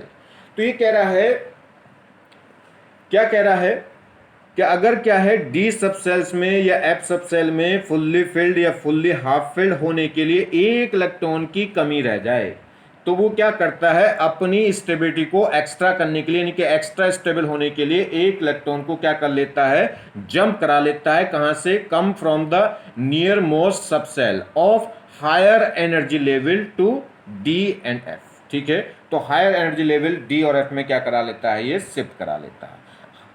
Clear हो गई बात, चलिए समझिए थोड़ा सा। तो इसलिए क्या कर लेगा, ये जंप करा लेगा। ये कह रहा है this rule is not applicable, ये रूल कहां लग रहा है, डी में और एफ में। ये कह रहा है this rule is not applicable for S and P block element, S block और पी ब्लॉक एलिमेंट के लिए ये एप्लीकेबल क्यों नहीं है, due to sharing no electron at higher energy level. ये कह रहा है एस और पी ब्लॉक एलिमेंट के लिए रूल एप्लीकेबल इसलिए नहीं है, रीजन क्या है, due to having no electron at higher energy level. क्योंकि एसपीडी जब आप क्या करेंगे, एस ब्लॉक या पी ब्लॉक एलिमेंट का कॉन्फ़िगरेशन लिखेंगे तो जैसे पी में कितने इलेक्ट्रॉन आ जाए, अगर पी में 5 इलेक्ट्रॉन आ जाएं तो पी में 5 आते ही क्या हो जाएगा, अगर ये 6 हो जाए तो ये फुल्ली फिल्ड हो जाएगी, और फुल्ली फिल्ड हो जाएगी तो एक्स्ट्रा स्टेबल हो जाएगी। तो ये क्या होगा, ये 5 से 6 करने के लिए क्या चाहिए, एक इलेक्ट्रॉन खींच लेगा, मगर इलेक्ट्रॉन किससे खींचेगा, अपनी हायर सेल से जो पास वाली हायर होगी, और पास वाली हायर में इसमें इलेक्ट्रॉन होते नहीं। पास इसकी जो पास वाली सेल है उससे नेक्स्ट अगली हायर, उसमें इलेक्ट्रॉन होते नहीं, जबकि उसमें क्या है, देखिए 3D से आगे पास वाली कौन हो गई, 4s, और उसके 4s में इलेक्ट्रॉन है तो इसलिए वो जंप करा लेता है। इसके पास अगर 3p लिखूंगा, 3p5, तो 3p5 से आगे क्या होगी, 4s, उसमें इलेक्ट्रॉन पहुंचते नहीं क्योंकि p में इलेक्ट्रॉन रह जाएंगे। अभी जब कॉन्फ़िगरेशन देखेंगे आप तब देखेंगे। चलिए, जैसे बात करें यहाँ पे, जैसे लेंथेनॉइड में 57 इलेक्ट्रॉन है तो ये 56 से अधिक है, तो इसे क्या होगी, 54 से अधिक इलेक्ट्रॉन है तो नोबल गैस कौन सी आ जाएगी, ये 54 वाली आ जाएगी, तो जिनोन लिख देंगे 54। अब ये जिनोन कौन से नंबर की नोबल गैस होती है, 5th नंबर की, तो यहाँ से कहाँ से हो जाएगा, 6 से। तो ये क्या होगा, संदीप फास्ट डोले पवन, ये होगा संदीप फास्ट, ये क्या होगा आगे डोले, और ये क्या होगा पवन। ठीक, अब इसमें कितने, 54 तो इसमें आ गए हैं, कितने 57, तो 2 इलेक्ट्रॉन इसमें और 1 इलेक्ट्रॉन इसमें। एफ सबसेल में कितनी ऑर्बिटल होती हैं, 7, और 1 इलेक्ट्रॉन इसे दे दिया गया। जैसे तुम कहो कि मम्मी बाजार जाना है, मम्मी आज पिक्चर देख के आनी है, मम्मी कह दे कि ले 50 रुपये, ठीक है, तो आप क्या करोगे, 50 रुपये लोगे, 50 रुपये में तो पिक्चर क्या पॉपकॉर्न भी नहीं मिलेगी। आगे बात समझ में नहीं, तो वैसे ये है, एफ को आप, एफ के पास कितनी ऑर्बिटल्स हैं, 7, और दे क्या रहे हो आप इसको, 1 इलेक्ट्रॉन, तो क्या करेगा, इसे बिठा के फेंक देगा, क्या हटो कि जब मेरी सारी ऑर्बिटल एक इलेक्ट्रॉन लेने से केवल एक ही ऑर्बिटल में इलेक्ट्रॉन आ रहा है, वो भी क्या है, आधी खाली हो रही है, और बाकी 6 की 6 ऑर्बिटल बिल्कुल वैकेंट पड़ी, तो इससे तो सभी खाली रहे, वो ज़्यादा अच्छा है। इससे तो कम से कम ये बहाना तो ना होगा कि मैंने आपसे कुछ लिया। तो ऐसे ये एटम भी वैसे बिहेव करते हैं जैसे आप, क्योंकि जैसे आप करते हैं वैसे एटम बिहेव नहीं करते, जैसे एटम बिहेव करते हैं वैसे आप बिहेव करते हो, क्योंकि आप एटमों से मिलकर बने हुए हो और एटम हमसे मिलकर नहीं बना हुआ है। चलिए तो देखिए, तो ये क्या होगा, एफ में एक इलेक्ट्रॉन दे दिया, इसका मतलब क्या है कि ये फेंक देगा इसे आगे।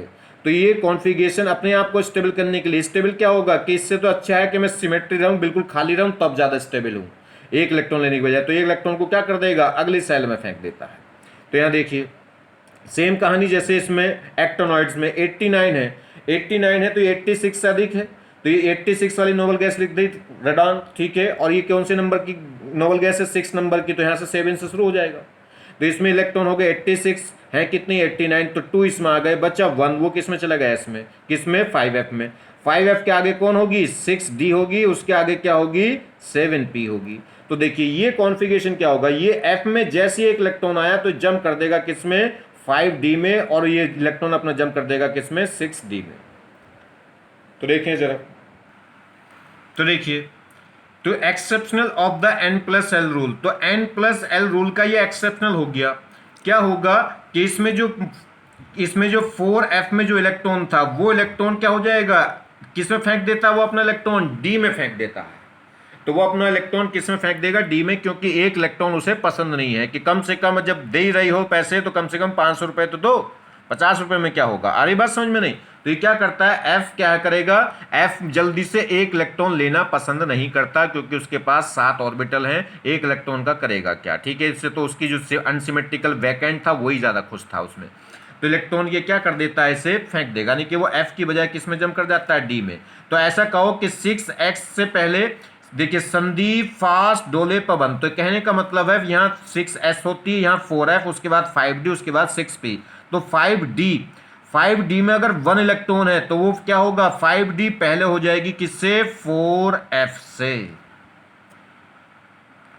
ठीक है। ऐसी सेम कहानी है इसमें एक्टोनॉइड्स में। तो इसमें क्या होगा, इसका जो एक क्या इलेक्ट्रॉन था किसमें, 5df में, 5f1 में, तो 5f1 वाला इलेक्ट्रॉन कहाँ चला जाता है, वो 6d1 में आ जाता है, और ये 5f कहाँ जाती है, इसके आगे। तो अगर d में 1 इलेक्ट्रॉन है, डी में अगर 1 इलेक्ट्रॉन है तो वो पहले क्या होगा, तो अगर एफ में 1 इलेक्ट्रॉन है तो वो कहां चला जाता है, एफ का 1 इलेक्ट्रॉन वो डी में चला जाता है, तो 4f का इलेक्ट्रॉन 5d में चला जाता है। तो इसका मतलब पहले इलेक्ट्रॉन किस में चला गया, 5d में। तो इस केस में, लेंथ यूनिट के केस में 5d की एनर्जी क्या हो गई, कम हो गई, किससे, 4f से। या कह सकते हैं 5d से ज्यादा एनर्जी 4f की हो गई, किस केस में, लेंथ यूनिट में। जनरली होती क्या है, 6x के बाद आता है 4f, 4f के बाद आता है 5d, 5d के बाद कौन आएगा, 6p, यानी कि संदीप फास्ट डोले पवन।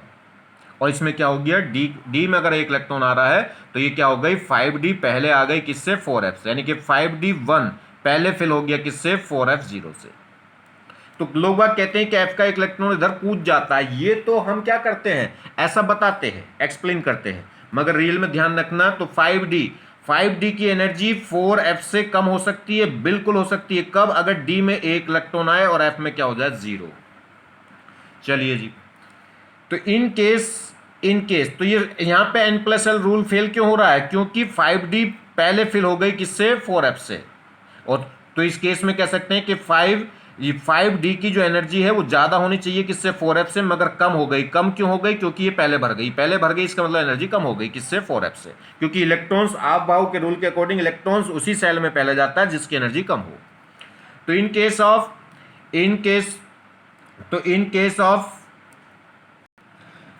Case of electronic configuration of lanthanoid and actinoids, in case of electronic configuration किसका, lanthanoid and actinoids, last electron enter to the 5d, तो जो लास्ट इलेक्ट्रॉन है लैंथेनॉइड में वो किसमें जाता है, 5d में। जाना किसमें चाहिए था, 4f में, मगर गया किसमें, 5d में। एंड एक्टिनॉइड्स का जो लास्ट इलेक्ट्रॉन है जाना किसमें चाहिए था, 4f में, मगर जा किसमें रहा है, 6d में।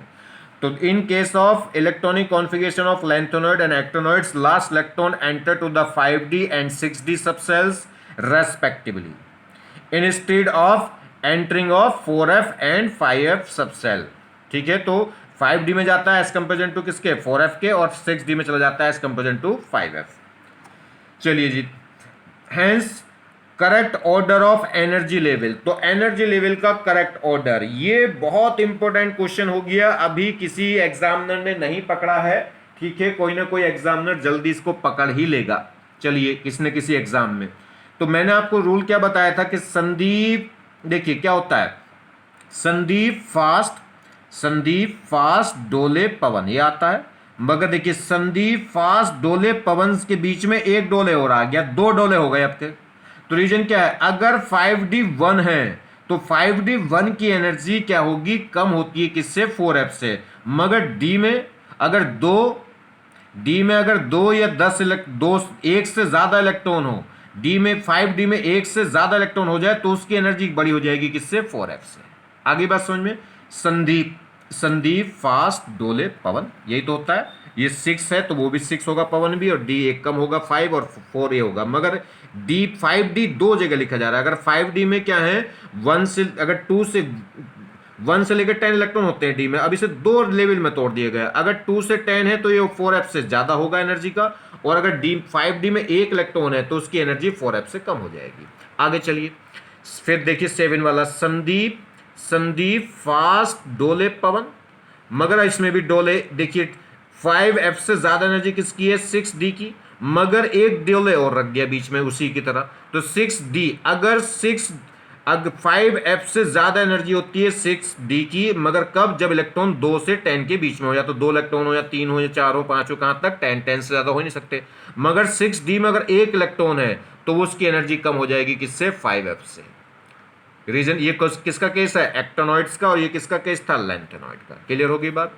चलिए यहां देखिए जी, अब जैसे कोई हमारे पास XYZ एटम है, ये इसका कोई X एटम है, इसका एटॉमिक नंबर कितना है 95, मतलब इलेक्ट्रॉन कितने हैं 95, तो कॉन्फ़िगरेशन लिखिए, 95 किससे बड़ा है जी, 86 से बड़ा है, और 118 से छोटा है, तो इसका मतलब रेडान होगा, तो 86 आ गया। रेडान कौन सी नोबल गैस होती है, 6, तो कहां से शुरू होगा, 7 से। संदीप, तो संदीप डोले, तो आगे बस तो क्या है, संदीप फास्ट डोले पवन, यही तो होता है, संदीप फास्ट डोले पवन, यही तो होता है। 7 देखिए ये 7s है तो वो क्या होगा 7p, संदीप फास्ट डोले पवन, आगे जरूरत नहीं है उसकी इसलिए वो लिखा नहीं। तो इसमें क्या हो गया, देखिए 86 तो यहां आ गए, 2 इलेक्ट्रॉन इसमें आ गए तो कितने हो गए 88, ठीक। अब 88 आ चुके हैं, कितने ये 95, तो कितने बचे मेरे पास 7 बचे, 7 बचे हैं, तो क्या होगा 7 बचे हैं, तो इसमें क्या होगा जी, तो इसमें क्या होगा, तो इलेक्ट्रॉन देखिए 7 किस में जाएंगे, उस F के F7 में चले जाएंगे। सुनो मेरी बात, यहां पे देखिए 95 है, 86 इसमें आ गए, 2 आ गए S में, कितने हो गए 88। अब मुझे करने कितने 95, तो कितने बचे 7, तो वो किस में चले जाएंगे F में, और F में 7 इलेक्ट्रॉन, 7 पे F क्या होगी, मोर स्टेबल होगी, मोर स्टेबल होगी तो ये 6d नहीं आएगी। आगे बात सुनिए, तो कॉन्फ़िगरेशन क्या होगा, 7 रेडान 86, 7s2, और क्या होगा 5f7। क्लियर हो गई बात। तो ये जो 6d1 है इसमें इलेक्ट्रॉन कब होता है, 6d1 इलेक्ट्रॉन कब होता है, जब f फुल्ली, जब 6d1 कब आता है, जब f स्टेबल ना हो, तभी तो इलेक्ट्रॉन इसने अपना भगा दिया था किसमें 6d में। ये जो 6d में एक इलेक्ट्रॉन आया है किसका आया है, 5f का ही तो आया था, क्योंकि जब ये अनस्टेबल नहीं होती गुस्से में फेंक दिया था इलेक्ट्रॉन इधर, और इसमें इलेक्ट्रॉन पहले मिल गया तो ये यहाँ के खड़ा हो गया था, मेरा नंबर पहले आ गया। मगर इसमें जब F के हिस्से में कितने इलेक्ट्रॉन आ रहे हैं, देखिए अगर मैं क्या करूं, इसमें क्या कर दूं, 2 इलेक्ट्रॉन इसमें और 1 इलेक्ट्रॉन इसमें दे दूं, क्योंकि 1 इलेक्ट्रॉन पे 6d1 पहले आता है और 1 इलेक्ट्रॉन लेके जाता है। ये जो शुरू वाला 6d है ये 1 इलेक्ट्रॉन लेके जाता है, और बाहर वाला जो d है वो ज्यादा इलेक्ट्रॉन लेके जाता है, 2 से 10 तक।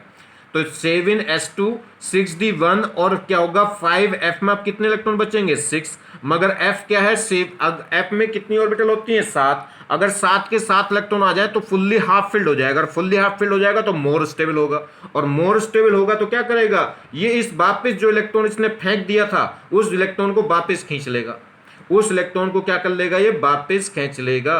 और किससे खींच लेगा, हायर सेल से, यानी कि अपने नियरेस्ट हायर सेल से, नियरेस्ट हायर सेल से। और देखो नियरेस्ट हायर सेल में क्या है, इलेक्ट्रॉन है, इसलिए इलेक्ट्रॉन क्या कर लेता है, ये खींच लेगा। तो जब भी डी में कितने इलेक्ट्रॉन आ जाए 4 या 9 तो खींच लेगा। ऐसे ही एफ में जब कितने इलेक्ट्रॉन आ जाए 6 क्योंकि 7 होते ही हाफ फिल्ड हो जाएगा तो 6 पे खींच लेगा।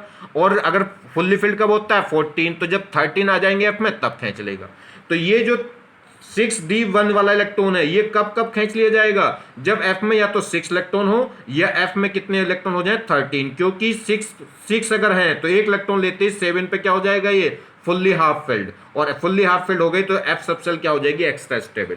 ऐसे ही देखिए यहाँ जैसे इसकी बात करें हम, कितना है कितने इलेक्ट्रॉन है 70 किस में आएगा 54 से अधिक है और 86 से छोटा है तो जिनोन आ गया।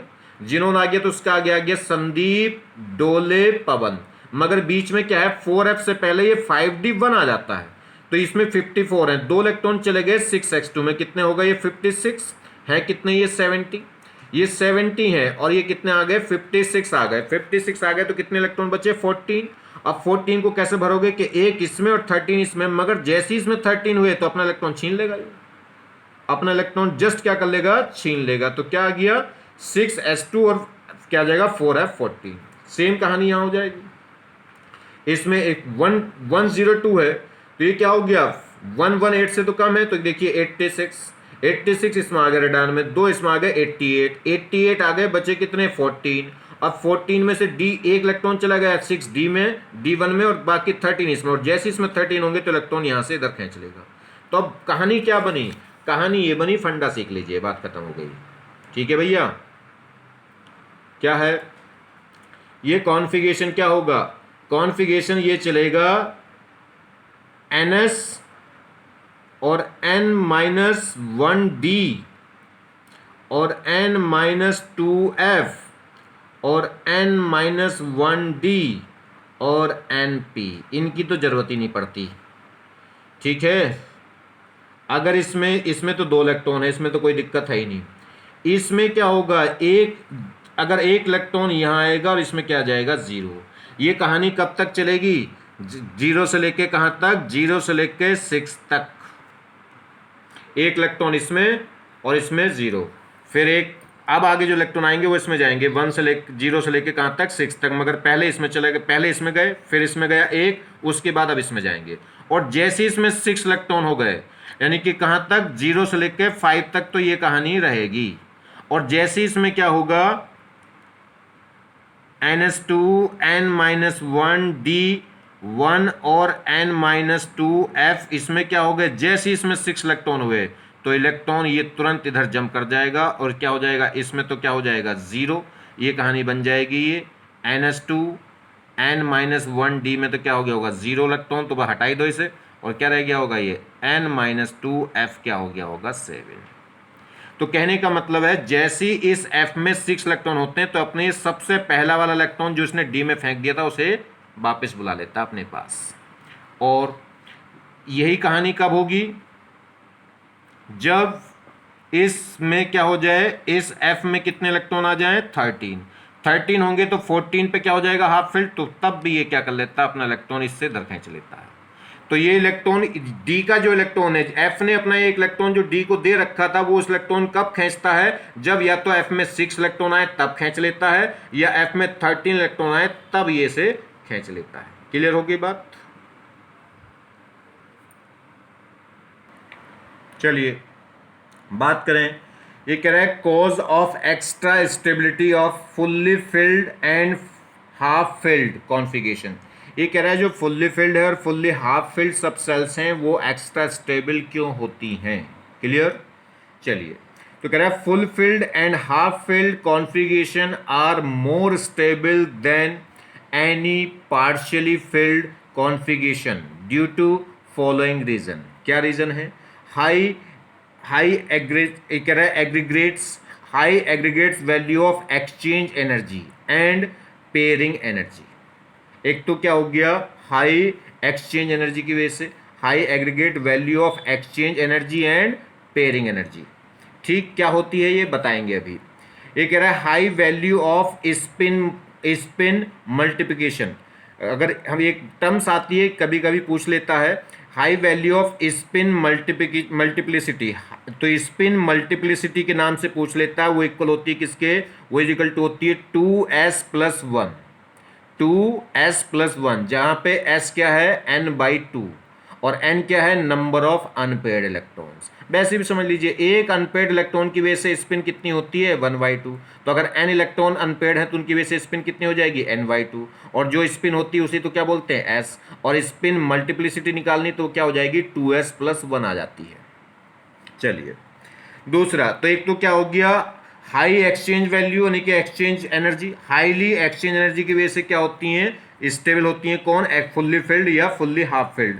तो फुल्ली हाफ फिल्ड या फुल्ली फिल्ड जो सब सेल है वो एक्स्ट्रा स्टेबल होती है। उसका एक रीजन तो क्या हो गया, highly aggregate value of exchange energy and pairing energy. दूसरा, सिमेट्रिकल डिस्ट्रीब्यूशन ऑफ चार्ज, यह कह सकते हैं इलेक्ट्रॉन डेंसिटी। इलेक्ट्रॉन डेंसिटी या इलेक्ट्रॉन का जो सिमेट्रिकल डिस्ट्रीब्यूशन है उसकी वजह से। तो सिमेट्रिकल डिस्ट्रीब्यूशन ऑफ चार्ज ये कह सकते हैं electron density in X Y Z direction in 3D space. तो सिमेट्रिकल क्योंकि जो हाफ फील्ड है या फुल फील्ड है, हाफ फील्ड का मतलब क्या है कि हर एक ऑर्बिटल में एक एक इलेक्ट्रॉन है, फुल फील्ड का मतलब है कि हर एक ऑर्बिटल में दो दो इलेक्ट्रॉन है। तो बिल्कुल सिमेट्रिकल है और जहां भी सिमेट्री हो जाती है वहां पे सिस्टम क्या हो जाता है, स्टेबल हो जाता है।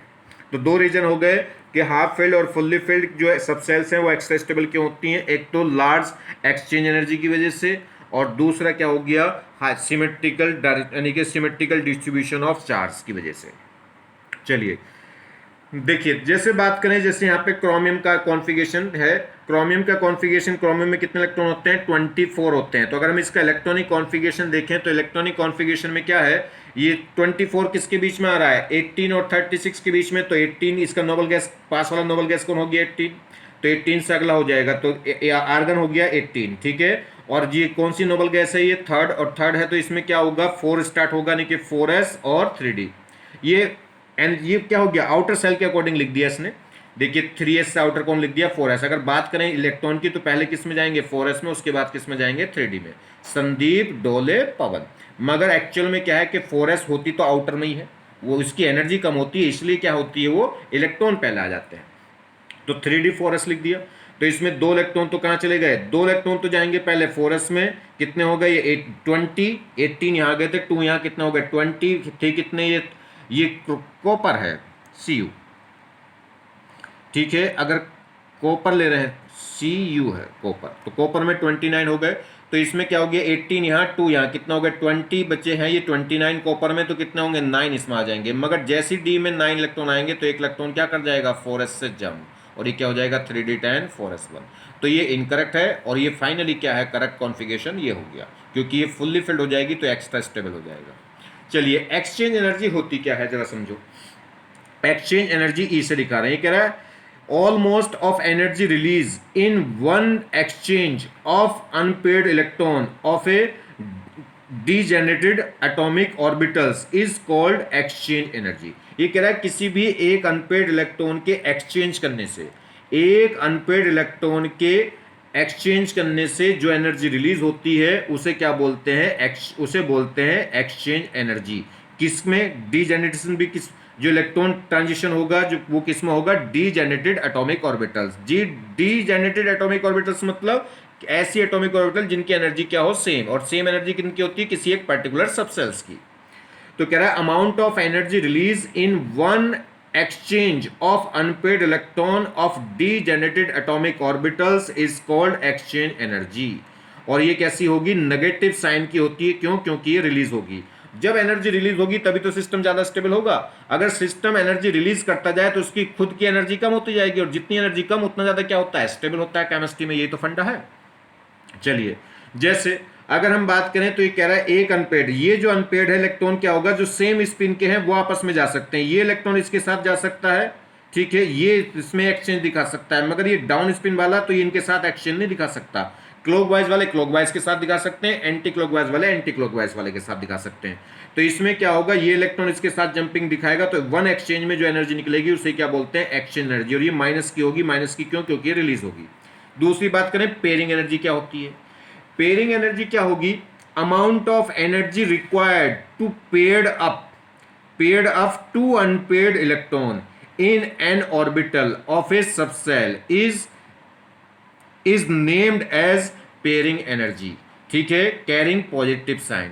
ये कह रहा है किसी भी सबसेल्स के अंदर दो अनपेयर्ड इलेक्ट्रॉन को पेयर्ड कर देने में जो एनर्जी क्या होगी, रिक्वायर्ड होगी, उसे क्या बोलेंगे, पेयरिंग एनर्जी। तो वो रिक्वायर्ड होगी। तो मोर स्टेबल होने के लिए क्या होना चाहिए, एक्सचेंज एनर्जी ज्यादा होनी चाहिए और पेयरिंग एनर्जी क्या होनी चाहिए, कम, क्योंकि ये रिक्वायर्ड हो रही है तो वो कम होनी चाहिए और वो रिलीज हो रही है तो वो ज्यादा होनी चाहिए। चलिए, जैसे क्रोमियम, क्रोमियम में कितने इलेक्ट्रॉन होते हैं, 24। तो लिखिए कॉन्फ़िगरेशन, 24 का मतलब ये आर्गन से 36 से छोटा वाला है, मतलब आर्गन वाला हो गया। तो आर्गन में कितने होंगे, 18 इलेक्ट्रॉन। आर्गन क्या है, थर्ड गैस है, थर्ड गैस है तो इसमें कितना आएगा, यानी कि ये थर्ड नोबल गैस हो गई तो इसमें आएगा 4s3d। ठीक, इलेक्ट्रॉन 18 इसमें आ गए, 2 इसमें जाएंगे, पहले कितना हो गया 20, ये है कितने 24, तो 4 यहाँ आ गया। मगर ये क्या होगा, 4 पे क्या है, ये एक इलेक्ट्रॉन की कमी रह गई फुल्ली हाफ फिल्ड होने के लिए। और जब एक इलेक्ट्रॉन की कमी रह जाए तो तुरंत ये क्या करेगा, हायर सेल से एक इलेक्ट्रॉन को जंप करा लेगा, तो तुरंत यहाँ से एक इलेक्ट्रॉन जंप कर जाएगा। तो ये क्या हो जाएगा 3d5 4s1। तो ये इनकरेक्ट स्टेटमेंट है, ये फाइनल स्टेटमेंट है। अब यहाँ देखिए जरा इसकी कॉन्फ़िगरेशन, डी सबसेल्स में 5 ऑर्बिटल होती हैं, फिलहाल इसमें 4 इलेक्ट्रॉन थे। हुंस रूल के अकॉर्डिंग कैसे भरेंगे, सिंगल सिंगल पेयरिंग होगी पहले, उसके बाद पेयरिंग होगी। तो 1 2 3 4 और 2 इलेक्ट्रॉन इसमें थे 4s में, एस सबसेल में एक ही ऑर्बिटल होती है और 2 इलेक्ट्रॉन थे। चलिए, तो इसमें कितने अनपेयर्ड है, अगर मैं बात करूं इसमें, अगर स्पिन मल्टीप्लिकेशन पूछ ले, जैसे मैंने भी बताया था, तो स्पिन मल्टीप्लिकेशन क्या थी, 2s+1 थी। उसका फॉर्मूला क्या बताया था, 2s+1। और s कैसे निकलेगी, n/2, जहां n क्या थे, नंबर ऑफ अनपेड। अनपेड कितने, 1 2 3 4, ये तो पेड हैं। तो अनपेड कितने इलेक्ट्रॉन है, 4। तो s की वैल्यू कैसे आएगी, 4/2, तो कितनी आ गई, 2। अब रखिए स्पिन स्पिन मल्टीप्लिकेशन किससे आएगी, 2s+1, और s की वैल्यू कितनी आ गई, 2। तो 2 इंटू 2 कितना हो गया, 4+1 कितनी आ गई, 5। क्लियर। दूसरी एक्सचेंज एनर्जी की बात करें, एक्सचेंज एनर्जी तो इसमें कितनी होगी, देखिए कितने अनपेड इलेक्ट्रॉन है, ये कितना, ये अनपेड इलेक्ट्रॉन इन अनपेड के साथ पेड जंपिंग कर सकता है, तो ये इसके साथ जंप करेगा, इस यहाँ जा सकता है, यहाँ जा सकता है, इसके घर जा सकता है बात करने। तो इसकी कितने एक्सचेंज होंगे, 3 होंगे। इसका एक्सचेंज हो सकता है इसके साथ, इसके साथ, इसके साथ, यहाँ तो जंप करेगा नहीं, यहाँ कोई इलेक्ट्रॉन ही नहीं है। तो इसके कितने होंगे, जितने इसके आगे अनपेड इलेक्ट्रॉन है 3। इसके कितने होंगे, इसके आगे जितने अनपेड इलेक्ट्रॉन है 2। इसके कितने होंगे, इसके आगे जितने अनपेड इलेक्ट्रॉन है 1। तो इसके हो गए 3, इसके हो गए 2, इसका हो गया 1, और इसका कोई भी जंपिंग नहीं होगी, क्योंकि अगर ये इस डायरेक्शन में कूद रहे हैं तो इसी डायरेक्शन में कूदेंगे, पीछे नहीं कूद सकता। ये इलेक्ट्रॉन बेचारा आगे जाएगा, करेगा क्या, क्योंकि आगे कोई इलेक्ट्रॉन नहीं है, पीछे इसलिए नहीं कूदेगा, रोटेशन उल्टी हो जाएगी। ठीक है। चलिए, तो कितने कितने ट्रांजिशन आ गए, 3 यहाँ से, 2 यहाँ से, 1 यहाँ से, और इसका 0, तो कितने आ गए ट्रांजिशन, ये 6। तो एक ट्रांजिशन में जो एनर्जी निकलेगी उसे बोलते हैं ई, और 6 ट्रांजिशन हो गए तो कितनी हो गई, -6e। माइनस क्यों, क्योंकि वो रिलीज होगी। और पेयरिंग एनर्जी कितनी है, एक ही तो पेयर्ड इलेक्ट्रॉन है इसमें, एक ही तो पेयर है इलेक्ट्रॉनों का, तो बस पेयरिंग एनर्जी कितनी हो गई, +1e। तो ये एनर्जी हुई इसमें। इस केस में देखिए इसमें कितने अनपेड इलेक्ट्रॉन है, 1 2 3 4 5। अगर मैं स्पिन मल्टीप्लिकेशन पूछूं तो एक चीज में कितने अनपेड है इलेक्ट्रॉन है, 5। और इस s किससे निकलेगी, s निकलेगी n/2 से, 5 नहीं, ये भी अनपेड है। तो कितने हो गए, 5 और एक 6 अनपेड हो गए, तो 6/2, n/2 होता है s, तो s कैसे निकलेगा, n/2, तो 6/2 कितना आ गया, 3। और फिर स्पिन मल्टीप्लिकेशन कैसे निकलती है, 2s+1, और s की वैल्यू आ गई 3, तो कितना आ जाएगा, 7। यहाँ देखिए एक्सचेंज एनर्जी अभी कितने, 1 2 3 4 5 6 है, तो कितनी एक्सचेंज होंगी, ये कितने में जंप कर सकता है, इससे आगे कितने अनपेड है, 5 हैं, तो ये जंप करेगा 5 में, ये जंप करेगा 4 में, ये जंप करेगा 3 में, ये जंप करेगा 2 में, ये जंप करेगा 1 में, और ये जंप करेगा 0 में। तो इसके ट्रांजिशन कितने होंगे, 5, इसके कितने हो जाएंगे 4, इसके कितने हो जाएंगे 3, इसके हो जाएंगे 2, इसका हो जाएगा 1, और इसका हो जाएगा 0। तो टोटल एक्सचेंज एनर्जी कितनी हो गई, -15 हो गई, इनको ऐड करेंगे तो। और पेयरिंग खत्म हो गई, पेयरिंग खत्म हो गई, बढ़िया बात। और ट्रांजिशन बढ़ गई, उतनी बढ़िया बात। तो ट्रांजिशन ज़्यादा से ज़्यादा होनी चाहिए और पेयरिंग कम से कम होनी चाहिए, वो ज़्यादा स्टेबल है, तो इसलिए ये ज़्यादा स्टेबल है इससे, तो इसलिए ये करेक्ट इनकरेक्ट कॉन्फ़िगरेशन है और ये करेक्ट कॉन्फ़िगरेशन है, क्योंकि इसमें पेयरिंग एनर्जी क्या है, ज़्यादा है, इसमें पेयरिंग एनर्जी कम है, इसमें एक्सचेंज एनर्जी कम है और उसमें एक्सचेंज एनर्जी ज़्यादा है। क्लियर होगी बात। चलिए, सेम कहानी आती। अच्छा, एक और फंडा बता दूं, ये जो आप गिन रहे हैं 15 या 6, इसका एक और तरीका है, n इंटू n-1/2 कर दो। n क्या है, जो total number of unpaired electron है, कितने, 1 2 3 4 5 6 7।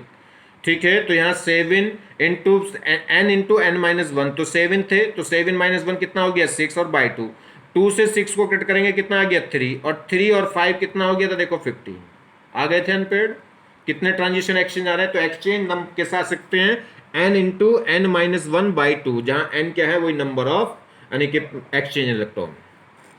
ये देखिए जैसे कॉपर है, तो कॉपर की अगर मैं बात करूं तो कॉपर में 29 इलेक्ट्रॉन होते हैं, तो इसका जो कॉन्फ़िगरेशन आएगा वो 3d9 4s2 आएगा।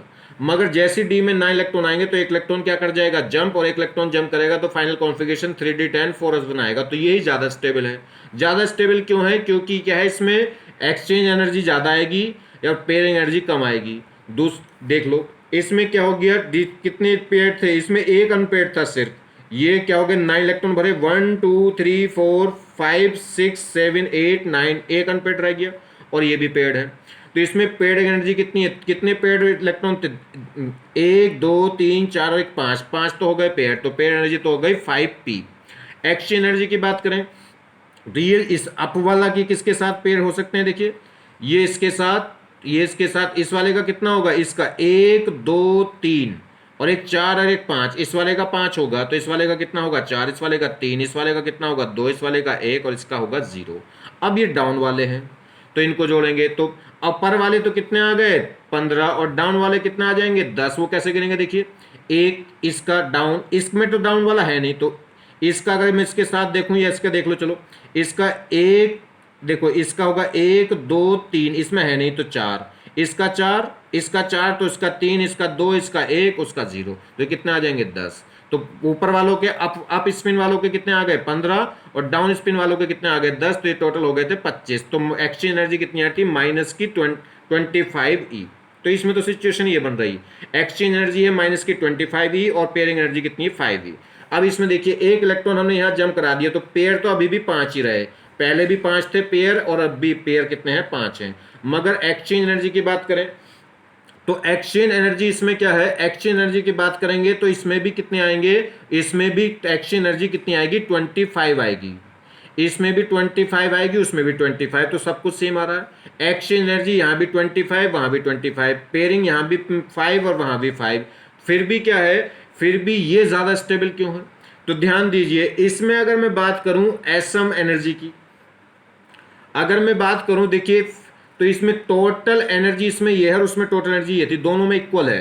ये कह रहा है दिस इज, फिर भी ये कॉन्फ़िगरेशन ज्यादा स्टेबल है, क्यों, this configuration is more stable than other due to symmetrical distribution of electron in X Y Z direction, X Y dash direction, किसमें किसमें जी डी सबसेल्स में। इसमें जो इसमें ये जो फुल्ली फिल्ड है ये डी ऑर्बिटल्स है, इसमें क्या है डी ऑर्बिटल फुल्ली फिल्ड नहीं थी। इसमें जो देखिए जो डी सबसेल्स है डी ऑर्बिटल्स हैं वो 3 डायमेंशन होती हैं, एक्स में वाई में जेड में, वो सिमेट्रिकल नहीं होती।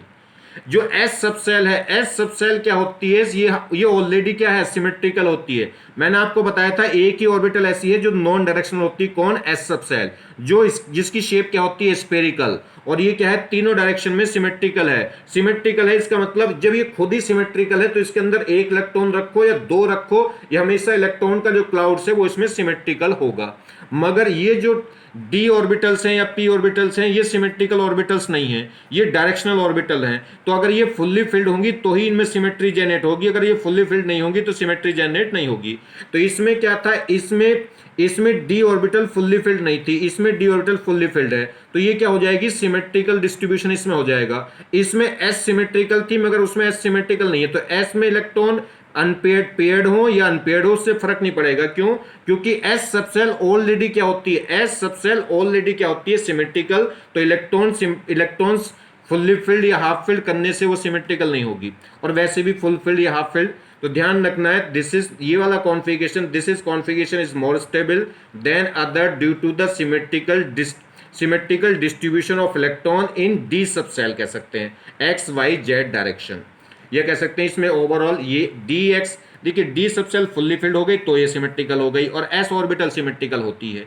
इसमें एस ऑर्बिटल सिमेट्रिकल है कोई नो डाउट नहीं, मगर इसमें डी ऑर्बिटल सिमेट्रिकल नहीं होती और वो फुल्ली फिल्ड नहीं है, फुल्ली फिल्ड नहीं है तो ये सिमेट्रिकल नहीं हो पाएगा, वहां ये भी सिमेट्रिकल हो गया और वो भी सिमेट्रिकल हो गया। तो एस ऑर्बिटल की अगर बात करें इट इज ऑलवेज सिमेट्रिकल, तो ये हमेशा सिमेट्रिकल रहती है, चाहे इसमें एक इलेक्ट्रॉन रहे चाहे दो, क्योंकि इसकी खुद की शेप क्या है सिमेट्रिकल है, स्फेरिकल। तो समझ गए बात। कॉपर के केस में क्या हो गया, कॉपर के केस में अगर हम बात करें तो 3D10 ज़्यादा स्टेबल हुआ 3D9 से। एक्सचेंज एनर्जी तो दोनों केस में बराबर रही, पेयरिंग एनर्जी भी दोनों में बराबर रही, फिर भी 3D10 ज़्यादा स्टेबल हो गया। रीजन है ड्यू टू सिमेट्री। तो दो रीजन होते हैं, एक एक्सचेंज एनर्जी वाला और एक सिमेट्री वाला। ठीक है, तो उसमें एक्सचेंज एनर्जी तो सेम हो गई, मगर क्या है, सिमेट्रिकल जो डिस्ट्रीब्यूशन है वो 3D10 के केस में 3D10 4s1 वाला केस जीत जाएगा as comparison to 3D9 4s2 से। चलिए नेक्स्ट क्वेश्चन देखिए, calculate spin multiplicity. Calculate spin multiplicity of the following configuration. तो स्पिन मल्टीप्लिसिटी निकालनी है जी। तो स्पिन मल्टीप्लिसिटी कैसे निकालेंगे? इसमें इलेक्ट्रॉन देखिए अप अप अप, ये पांचों के पांचों इलेक्ट्रॉन क्या है, अनपेड है। मगर इसमें क्या है, 4 तो क्या है अपवर्ड और एक क्या है डाउनवर्ड। तो अगर इसकी स्पिन प्लस है तो इसकी स्पिन क्या होगी, माइनस, आपस में कैंसिल। तो बस कितने बचे, जिनकी स्पिन मल्टीप्लिसिटी निकालूंगा तो वो 3 इलेक्ट्रॉन बचे ऐसे अनपेड। इसमें कितने इलेक्ट्रॉन है, 1 2 3 4 5, इसमें पांचों के पांचों इसमें भी 5 अनपेड, इसमें भी 5 अनपेड, मगर उसमें पांचों के पांचों इलेक्ट्रॉन सेम स्पिन के हैं, उसमें अपोजिट स्पिन के हैं। तो इसमें 2 इलेक्ट्रॉन की स्पिन आपस में क्या हो जाएगी, आपस में कैंसिल आउट हो जाएगी, यानी कि आपस में लड़ बैठेंगे, ये माइनस हो जाएगी। तो बस 3 बचेंगे और उसमें कितने होंगे, 5। तो इसकी ज़्यादा हो गई। देखिए, तो जितने ज़्यादा अनपेड इलेक्ट्रॉन होंगे उतनी ज़्यादा क्या होगी, एस, और जितनी ज़्यादा एस होगी उतनी स्पिन मल्टीप्लिसिटी निकलेगी। एस किससे निकलती है भैया, n/2, जहाँ n क्या है, नंबर ऑफ अनपेड इलेक्ट्रॉन। और स्पिन मल्टीप्लिसिटी किससे निकलती है, 2s+1। अगर इसमें निकाल के बताऊं तो कितनी होगी, इसमें कितने अनपेड बचे काम के, 3। तो इसके लिए s की वैल्यू कितनी हो गई, 3/2। और स्पिन मल्टीप्लिसिटी किससे निकलेगी, 2s+1, और s की वैल्यू कितनी आ चुकी है इसमें, 3/2। इसमें कितनी आएगी s की वैल्यू, 5/2 रख देंगे यहाँ। तो कितना होगा, 2 × 5/2 + 1, 2 से 2 कटेगा तो 5 + 1 कितनी आ जाएगी इसमें, 6। इसमें कितना था, 2 से 2 कटेगा तो 3 बचेगा, 3 + 1 कितनी आ जाएगी, 4। तो इसमें स्पिन आएगी 4, इसमें आएगी कितनी, 6। चलिए, इसमें कितने अनपेड हैं, 2। इसमें कितने अनपेड हैं, 3। तो इसकी स्पिन ज़्यादा होगी, इसकी स्पिन मल्टीप्लिसिटी क्या होगी, ज़्यादा। इसमें 1 2 3 4 5, इसमें 1 2 3 4 5 अनपेड है, मगर एक अनपेड कैसा है, अपोजिट स्पिन का है, तो ये इसे ले मरेगा, ये इसे खा मरेगा। तो कितने अनपेड बच जाएंगे, इसमें 3, और इसमें कैसे बन जाएंगे, 5। तो स्पिन अनपेड होने चाहिए, मगर वो भी कैसे, सेम स्पिन के। तो जिसमें जितने ज़्यादा अनपेड इलेक्ट्रॉन होंगे सेम स्पिन में, उसकी स्पिन मल्टीप्लिसिटी उतनी ही ज़्यादा होगी। यहाँ देखिए, इसमें अनपेड से मतलब है 1 2 3 4, 4 अनपेड है, 4 के 4 सेम स्पिन में। यहाँ 1 2 3 4 5 6 है, तो इसमें ज़्यादा अनपेड है, और 6 अनपेड है, और 6 के 6 सेम स्पिन के भी हैं, तो इसलिए इसमें ज़्यादा हो गई। क्लियर? अब तो वो निकाल तो लोगे, मल्टीप्लिसिटी कैसे निकलेगी वो तो मैंने आपको तरीका बता ही दिया। चलिए जी, आगे बात समझ में नहीं। नेक्स्ट देखिए, find possible value of n and l for n + l = 4। ये कह रहा है हमारे पास n + l = 4 है, तो इसके लिए पॉसिबल वैल्यू ऑफ n और l बताओ। तो जब n + l है, n + l = 4 है, तो कब हो सकता है n + l 4, जब n 4 हो जाए और l क्या हो जाए, 0। एक पॉसिबिलिटी तो ये हो गई। दूसरी पॉसिबिलिटी, n क्या हो जाए, 3, l क्या हो जाए, 1। तो इनका सम कितना हो जाएगा, 4। तीसरी अगली पॉसिबिलिटी क्या हो सकती है, ये 2 हो जाए और वो कितना हो जाए, 2। तो क्या ये हो सकता, नहीं। n l की वैल्यू कभी भी n से बड़ी या इक्वल नहीं हो सकती। n हमेशा बड़ा होगा किससे, l से। यह कह सकते हैं जो l है वो कभी भी बड़ा या छोटा इक्वल नहीं हो सकता किसके, l के। तो ये 4 हो सकता है, वो 0। ये 3 हो सकता है, ये 1। ये 2 हो जाए तो वो 2 होगा, तो ये नहीं हो सकता। ये 1 हो जाए, वो 3 हो जाए, कभी भी नहीं हो सकता। तो 4 0 वाली पॉसिबिलिटी हो सकती है, 3 1 वाली, 2 2 वाली नहीं हो सकती, 1 3 वाली भी नहीं हो सकती, क्योंकि l की वैल्यू n से बड़ी नहीं हो सकती। तो 4 0 का मतलब क्या है, सेल, तो ये तो n तो बताएगा किसको, सेल को, और l किसको बताएगा, सब सेल को। तो n की वैल्यू 4 है, तो 4 सब सेल, और l = 0 का मतलब s सब सेल। तो 4 सेल की s सब सेल हो गई है। ये क्या होगा, थर्ड सेल की कौन सी सब सेल हो जाएगी, l = 1 का मतलब p, तो ये हो गई 3p। तो अगर हम बात करें इसकी, तो ये सेल हो गई सेकेंड, और ये सब सेल l = 2 का मतलब क्या होगा, d। तो 2d, और 2d होती है क्या, नहीं, पॉसिबल होती नहीं 2d। ठीक है, क्यों नहीं होती, क्योंकि 2d पॉसिबल क्यों नहीं होती, क्योंकि l की वैल्यू n के इक्वल नहीं हो सकती। ऐसे इसकी बात करें तो ये 1f हो जाएगी, तो 1f पॉसिबल नहीं होती। क्यों नहीं होती, क्योंकि f की वैल्यू, l की वैल्यू कभी भी क्या है, n से बड़ी नहीं हो सकती। 1f के लिए क्या कंडीशन आ रही है कि n की वैल्यू 1 है और l की वैल्यू कितनी, 3, और ऐसा होगा, ऐसा हो ही नहीं सकता कि l की वैल्यू n से बड़ी हो जाए।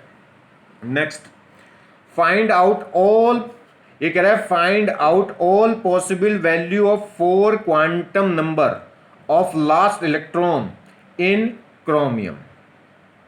क्या है ये? क्रोमियम है, ठीक है, ये गलत लिखा हुआ है यहाँ पे, क्या है ये? क्रोमियम। क्रोमियम के लिए, सोडियम के लिए नहीं। चलिए जी, किसके लिए निकाल रहे हैं? क्रोमियम के लिए। क्रोमियम में कितने इलेक्ट्रॉन होंगे? क्रोमियम में इलेक्ट्रॉन होते हैं 24। जरा समझिए, क्रोमियम का अगर मैं कॉन्फ़िगरेशन देखूं तो इसमें इलेक्ट्रॉन कितने होते हैं? 24। तो इसका कॉन्फ़िगरेशन आएगा Ar में होगा ये 18 इलेक्ट्रॉन। उसके बाद क्या होता है? उसके बाद क्या होगा? यहां पे कैसे आएंगे? ये होगा जी 4s और 3d, यही तो आता है, 2 इलेक्ट्रॉन इसमें और 4 इसमें। उसके बाद वो अलग बात है कि एक इलेक्ट्रॉन इसमें क्या कर देता था? जंप। तो ये क्या हो गया? Ar 18 और 4s1 और क्या हो गया? 3d कितना हो गया? 5। अब समझिए, ये इलेक्ट्रॉन बाद में यहां पर 18 इलेक्ट्रॉन, तो इसके बाद इलेक्ट्रॉन किस में जाएंगे? 4s में। 4s के बाद जाते हैं 3d में। 4s में जो इलेक्ट्रॉन आए 2, तो वो कौन कौन से? 18 तो यहां आ चुके, तो इसमें जो इलेक्ट्रॉन होगा वो 19 और 20th होगा। इसमें जो इलेक्ट्रॉन आएंगे D4 में, तो D1 कौन सा इलेक्ट्रॉन होगा जी? D1 होगा कौन सा? 21वां, क्योंकि 20 तो यहां आ चुके। तो D2 कौन सा होगा? ये 22 इलेक्ट्रॉन। D3 वाला इलेक्ट्रॉन कौन सा होगा? 23 वाला। और D4 वाला क्या होगा? 24 वाला। आगे बात समझ में नहीं? तो अक्सर लोग इस कॉन्फ़िगरेशन को मान लेते हैं कि लास्ट इलेक्ट्रॉन इसमें है, क्योंकि इसे कॉन्फ़िगरेशन को कैसे लिख लेते हैं जरा दिखाइए। जैसे क्रोमियम है, तो क्रोमियम क्या है? 24 इलेक्ट्रॉन है, तो इसको लोग बाग ऐसे लिख देते हैं कि Ar 3d5 4s1। तो लास्ट इलेक्ट्रॉन ये नहीं है मिट्टू मियाँ, ये लास्ट इलेक्ट्रॉन तो ये कौन सा इलेक्ट्रॉन बच गया है? तो 19th इलेक्ट्रॉन बच गया है, ठीक है, क्योंकि 18 इलेक्ट्रॉन आते हैं पहले इसमें, 18 के बाद 19 और 20वां इलेक्ट्रॉन आता है इसमें। उसके बाद 21 22 23 24 D4 तक वो जाते हैं इसमें। उसके बाद ये जो 19 और 20वां इलेक्ट्रॉन था उसमें से एक इलेक्ट्रॉन जंप होकर यहां पहुंच जाता है, जिससे 3d5। तो वो जो इलेक्ट्रॉन जंप करता है वो कौन सा है? 20वां इलेक्ट्रॉन। तो लास्ट 24वां इलेक्ट्रॉन कौन सा था? 3d4। तो अगर मैं 3d5 की बात करूं तो ये इलेक्ट्रॉन कौन सा है? 20वां। मगर 3d4 की बात करूं तो वो कौन सा इलेक्ट्रॉन है? 24th इलेक्ट्रॉन, यानी कि 24वां इलेक्ट्रॉन। तो ध्यान से समझिए इलेक्ट्रॉन कैसे कैसे कहां कहां जाते हैं। तो यहां दिखाइए, पहले इलेक्ट्रॉन किस में गए? 18 इसमें गए, 19 और 20 गए इसमें, और 21 22 23 24 गए इसमें। तो लास्ट का जो 3d4 है वो 24वां इलेक्ट्रॉन है, यानी कि लास्ट इलेक्ट्रॉन। और ये जो 3d4s2 में जो 2 इलेक्ट्रॉन है वो कौन से हैं? 19 और 20वां। और ये इलेक्ट्रॉन फिर बाद में इधर जंप कर जाता है, कौन सा इलेक्ट्रॉन जंप करता है? 20वां। तो जो 3d5 है, 3d5 में जो इलेक्ट्रॉन है लास्ट, ये कौन सा है? 20वां इलेक्ट्रॉन। मगर 3d4 है वो कौन सा है? वो 24वां इलेक्ट्रॉन है। तो लास्ट इलेक्ट्रॉन 4s1 नहीं होगा। अगर 4s1 के लिए हम कॉन्फ़िगरेशन लिखें तो इसमें n तो क्या बताएगा? सेल्स को, तो सेल्स तो कौन सी है? 4, तो n इजिकल टू हो गया 4। L क्या बताएगा? सब सेल कौन सी है? S सब सेल के लिए L की वैल्यू क्या होगी? 0। जब L 0 तो M भी क्या होगा? 0, ठीक। और स्पिन क्वांटम नंबर क्या होगी इस इलेक्ट्रॉन के लिए? प्लस हाफ भी हो सकती है और माइनस हाफ भी, वो तो आप बता ही नहीं सकते। तो ये चारों कॉन्फ़िगरेशन हो गई किसके? लास्ट इलेक्ट्रॉन के लिए। मगर लास्ट इलेक्ट्रॉन 4s1 नहीं है, ये तो कौन सा इलेक्ट्रॉन है? ये तो 19वां इलेक्ट्रॉन हुआ। तो लास्ट इलेक्ट्रॉन इसका है 3d4। तो उसके लिए क्या क्वांटम नंबर होगी वो देखिए, ठीक है जी। तो जो लास्ट इलेक्ट्रॉन है वो किस में होगा? वो 3d4 में होगा। और 3d4 के लिए कॉन्फ़िगरेशन, तो ये कॉन्फ़िगरेशन क्या हो जाएगी? ये रॉन्ग हो जाएगी कि लास्ट इलेक्ट्रॉन ये नहीं होगा। तो लास्ट इलेक्ट्रॉन कौन सा होगा? 3d4 में होता है वो। तो क्या हो जाएगा? तो 3d4 का निकाल लेंगे वो, तो फिर नहीं तो मैं रिवीजन में बताऊंगा उसको, वहां देख लेंगे। चलिए, बस यही मेन बताना था कि इलेक्ट्रॉन के लास्ट इलेक्ट्रॉन है कौन सा। विच ऑफ द फॉलोइंग, ये कह रहा है which of the following cation is are having maximum number of unpaired electrons. ये कह सकते हैं मैक्सिमम मैग्नेटिक मोमेंट। तो मैग्नेटिक मोमेंट होता क्या है? जिस इलेक्ट्रॉन के पास, देखिए, जिस भी एटम के पास या आयंस के पास number of unpaired electron present है तो वो कहलाएगा पैरामैग्नेटिक इन नेचर। और जिसके पास क्या है? कोई भी अनपेड इलेक्ट्रॉन नहीं होता, वो कहलाता है डायमैग्नेटिक इन नेचर। पैरामैग्नेटिक और डायमैग्नेटिक समझ में आ गया। जिसके पास कोई भी अनपेड है तो पैरामैग्नेटिक, और कोई भी अनपेड नहीं है तो डायमैग्नेटिक। अब जो भी पैरामैग्नेटिक होते हैं उनमें मैग्नेटिक मोमेंट बिहेवियर आता है। तो मैग्नेटिक मोमेंट कैसे निकलता है? मैग्नेटिक मोमेंट को दिखा देते हैं म्यू से। किससे दिखा देते हैं? म्यू से। तो मैग्नेटिक मोमेंट इजिकल टू आता है root N into N plus two. ध्यान रखना यहाँ 2 होता है, 1 लिख देते हैं जल्दी गड़बड़ी, तो जल्दी से बच्चे यहाँ 1 लिख देते हैं, तो ध्यान रखना root N into N plus two, जहां पे एन क्या है, नंबर ऑफ अनपेड इलेक्ट्रॉन, और इसकी यूनिट होती है किसकी, मैग्नेटिक मोमेंट की, बीएम। बीएम क्या होता है, यूनिट है किसकी, मैग्नेटिक मोमेंट की, और ये है क्या, बोहर मैग्नेटोर। क्या बोलते हैं इसे, बोहर मैग्नेटोर, शॉर्ट फॉर्म में लिख देते हैं बीएम, जहां पे एन क्या है, नंबर ऑफ अनपेड इलेक्ट्रॉन। जैसे मुझे क्या देखना है, एफ ई प्लस 3 में देखने कितने अनपेड इलेक्ट्रॉन है, कितना मैग्नेटिक मोमेंट है। एफ ई का में इलेक्ट्रॉन कितने होते हैं, 26। इसका जो एटॉमिक नंबर है वो कितना है, 26 है। 26 है तो कॉन्फ़िगरेशन क्या होगा, Ar4s2 3d6। ठीक है, अब इसमें 4s2 ये तो सब फुल्ली फिल्ड है, जो फुल्ली फिल्ड सबसेल होगी उसमें तो कोई अनपेड होगा नहीं। डी ऑर्बिटल फुल्ली फिल्ड नहीं है, क्योंकि ये फुल्ली फिल्ड कब होती है, जब D10 होता, तो इसमें अनपेड होगा। तो चेक करिए, ये 3D रख दी मैंने, 1 2 3, मगर इसमें क्या है, ये Fe+3 है। +3 का मतलब 3 इलेक्ट्रॉन निकल गए, तो 3 इलेक्ट्रॉन निकालो, तो कहां से निकलेंगे, पहले इलेक्ट्रॉन आउटर सेल से निकलेंगे। आउटर सेल 3D से आउटर कौन होगी, 4s, तो पहले 4s से निकलेंगे। 4s में 2 इलेक्ट्रॉन है, तो 2 यहां से निकल जाएंगे, निकालने कितने, 3, तो 1 यहां से निकल जाएगा, किसमें से, 3d6 में से, तो यहां बचेंगे 3d5। तो 3D में कितने इलेक्ट्रॉन बचेंगे, 5, 1 2 3 4 5। हुंस रूल के अकॉर्डिंग पहले सिंगल सिंगल फिल हो जाएंगे, उसके बाद पेयरिंग होगी। तो कितने अनपेड आ गए इसमें, 5 अनपेड आ गए, तो इसके पास अनपेड कितने हैं, 5, तो ये क्या हो गया, पैरामैग्नेटिक। मैग्नेटिक मोमेंट निकालेंगे तो root N into N plus two, N की वैल्यू कितनी है, 5 रखेंगे, कितना आ जाएगा, रूट 35। बार बार इसको सोल्व मत करिए, ध्यान रखिए, जब एक अनपेड आता है तो वैल्यू आती है रूट 3, जब 2 अनपेड आते हैं तो वैल्यू आती है रूट 8, जब वैल्यू अनपेड इलेक्ट्रॉन 3 हो जाए तो वैल्यू आएगी रूट 15, अगर अनपेड इलेक्ट्रॉन 4 हो जाए तो वैल्यू कितनी आएगी, रूट 24, और अनपेड 5 हो जाए तो वैल्यू आएगी रूट 35। ठीक है, इतनी बात ध्यान रख लें।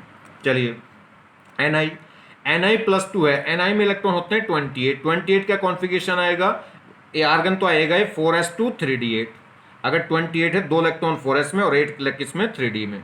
ठीक है, अब ये +2 है तो 2 इलेक्ट्रॉन निकलेंगे, अब कहां से निकालें, 3d में से निकालें कि 4s में से, 4s में से, आउटर सेल है, तो आउटर सेल के 2 इलेक्ट्रॉन निकल जाएंगे, तो बस ये बचेंगे। और 3d में कितने इलेक्ट्रॉन हो गए, 8 भरिए, 1 2 3 4 5 6 7 8, तो कितने अनपेड बचे, सिर्फ 2 बचे। अब 2 अनपेड है तो ये पैरामैग्नेटिक होगा, और कितने अनपेड है, इसमें 2 हैं, और तो मैग्नेटिक मोमेंट निकालेंगे तो root N into N plus two, N की वैल्यू 2 रखेंगे तो कितना आ जाएगा, रूट 8। रूट 8 कह सकते हैं या 2√2 bm। सेम Mn+2, Mn+2 कितने इलेक्ट्रॉन है इसमें, 25, और 25 है तो क्या हो जाएगा, Mn+2 है तो इसमें क्या है, 25 है, 25 का मतलब क्या हो गया, कॉन्फ़िगरेशन क्या हो जाएगा, 4s2 और 3d5 हो जाएगा। ठीक है, +2 का मतलब है 2 इलेक्ट्रॉन उड़ गए, तो बस कितने बचे, डी में 5 इलेक्ट्रॉन बचे, और 5 के 5 क्या हो जाएंगे, अनपेड, तो ये क्या होगा, पैरामैग्नेटिक। कितने अनपेड है, 5, मैग्नेटिक मोमेंट निकाल देंगे तो कितना आ जाएगा, रूट 35। देखिए क्रोमियम की बात करें तो इसमें कितना होगा, क्रोमियम होते हैं 24, तो इसका जो कॉन्फ़िगरेशन आता है क्रोमियम का वो होगा 4s1 और 3d5, क्योंकि एक इलेक्ट्रॉन इधर जम कर जाता था। +3 का मतलब 3 इलेक्ट्रॉन निकालो भाई जी, तो पहले तो कहाँ से निकलेंगे, 4s में से, इसमें तो एक ही इलेक्ट्रॉन है, तो एक यहाँ से बचे हुए 2 यहाँ से निकलेंगे, तो फाइनली क्या बच जाएगा, 3d3 बचेगा, और 3d3 बचेगा तो देख लीजिए 1 2 3 इलेक्ट्रॉन बचेंगे बस, और हुंस रूल के अकॉर्डिंग पहले सिंगल सिंगल फिल होंगे, तो 3 अनपेड होंगे, इसमें 3 अनपेड है तो पैरामैग्नेटिक, और 3 अनपेड के लिए मैग्नेटिक मोमेंट कितना आ जाएगा, रूट 35। रख दीजिए value n into N plus two की value. Which of the following cation is are large, ये कह रहा है हैव जीरो मैग्नेटिक मोमेंट, ये कह रहा है which of the following cation is are have zero magnetic moment. ये कुछ कैटायन दे रखे हैं, कह रहा है इनमें से किसका मैग्नेटिक मोमेंट जीरो है। आप ये होमवर्क में करिएगा, ध्यान रखिए इसको। ये स्केडियम +3 है, इसका एटॉमिक नंबर होता है 21। ये कोबाल्ट +3 है, इसका एटॉमिक नंबर होता है 27। ये Zn+2 है, Zn का एटॉमिक नंबर होता है 30, और ये Cu+2 है, एटॉमिक नंबर कॉपर का होता है 29। तो इनमें से बताना है कि कौन सा, किसका मैग्नेटिक मोमेंट क्या है, जीरो। मैग्नेटिक मोमेंट जीरो किसका होगा, जिसके पास नंबर ऑफ अनपेड इलेक्ट्रॉन क्या होंगे, जीरो। नेक्स्ट देखिए, इट कैन, ये कह रहा है if N orbitals can have maximum 3 electrons then how many elements will be present in third period of the periodic table. ये कह रहा है अगर एक ऑर्बिटल 3 इलेक्ट्रॉन रखना शुरू कर दे, रखती तो मैक्सिमम एक ऑर्बिटल मैक्सिमम कितने इलेक्ट्रॉन रख सकती है? 2। मगर वो कह रहा है कोई पागल है सोचने लगा कि मेरी शादी उससे हो जाती तो, मेरी शादी ऐश्वर्य से हो जाती तो। अब ऐसे सोच रहा है तो सोचने दो, ऐसा ही एग्जामिनर सोच रहा है तो सोच लो। ये कह रहा है कि एक ऑर्बिटल 2 इलेक्ट्रॉन की जगह अगर 3 इलेक्ट्रॉन रखना शुरू कर दे तो ये बताइए कि जो पीरियोडिक टेबल है उस पीरियोडिक टेबल के थर्ड पीरियड में फिर कितने एटम एडजस्ट होते। तो देखिए थर्ड पीरियड की अगर हम बात करें तो third period of periodic table में कितने एलिमेंट हैं जी? अभी जो प्रेजेंट पीरियोडिक टेबल है उसमें थर्ड पीरियड में 8 एलिमेंट हैं। कितने एलिमेंट हैं? 8 एलिमेंट का मतलब क्या है? तो देखिए number while 2 electrons are fill, ये कह रहा है number while 2 electrons will fill. तो अगर 8 इलेक्ट्रॉन है तो कितनी ऑर्बिटल में आगे होंगे? एक इलेक्ट्रॉन, एक एलिमेंट का मतलब एक इलेक्ट्रॉन जब बढ़ता है तो एक एलिमेंट बढ़ जाएगा। तो ये 8 एलिमेंट है, इसका मतलब 8 इलेक्ट्रॉनों का कॉन्फ़िगरेशन आता है। तो 8 इलेक्ट्रॉनों का कॉन्फ़िगरेशन फिलहाल कितना आ गया होगा? 4 ऑर्बिटलों के अंदर आ गया होगा जब 2 इलेक्ट्रॉन बढ़ते हैं। अभी नॉर्मली ऑर्बिटल में 2 इलेक्ट्रॉन आते हैं और 8 एलिमेंट है सेकंड पीरियड में। 8 एलिमेंट का मतलब 8 इलेक्ट्रॉन। तो 8 इलेक्ट्रॉन का मतलब कितनी ऑर्बिटल चाहिए? अभी अभी कितनी ऑर्बिटल चाहिए? सिर्फ 4 ऑर्बिटल चाहिए। अब तो कितनी ऑर्बिटल है? तो इसका मतलब ये कंफर्म हो गया कि थर्ड पीरियड में कितनी ऑर्बिटल हैं? 4 ऑर्बिटल हैं। और अगर एक ऑर्बिटल में अब 2 इलेक्ट्रॉन की जगह कितने इलेक्ट्रॉन भरने लगूं? 3। तो 4 इंटू 3 कितना हो जाएगा? 12। 12 इलेक्ट्रॉन का मतलब अब कितने एलिमेंट आ जाएंगे? 12 एलिमेंट आ जाएंगे। तो बहुत सिंपल सी बात थी। अगर हमारे पास थर्ड पीरियड में अभी फिलहाल मौजूद कितने एलिमेंट थे? 8।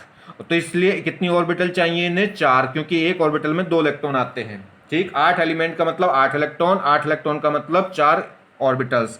अगर एक ऑर्बिटल में 3 इलेक्ट्रॉन भरने लगे तो अब कितने इलेक्ट्रॉन आ जाएंगे? 12। और 12 इलेक्ट्रॉन का मतलब 12 एलिमेंट आ जाएंगे फिर।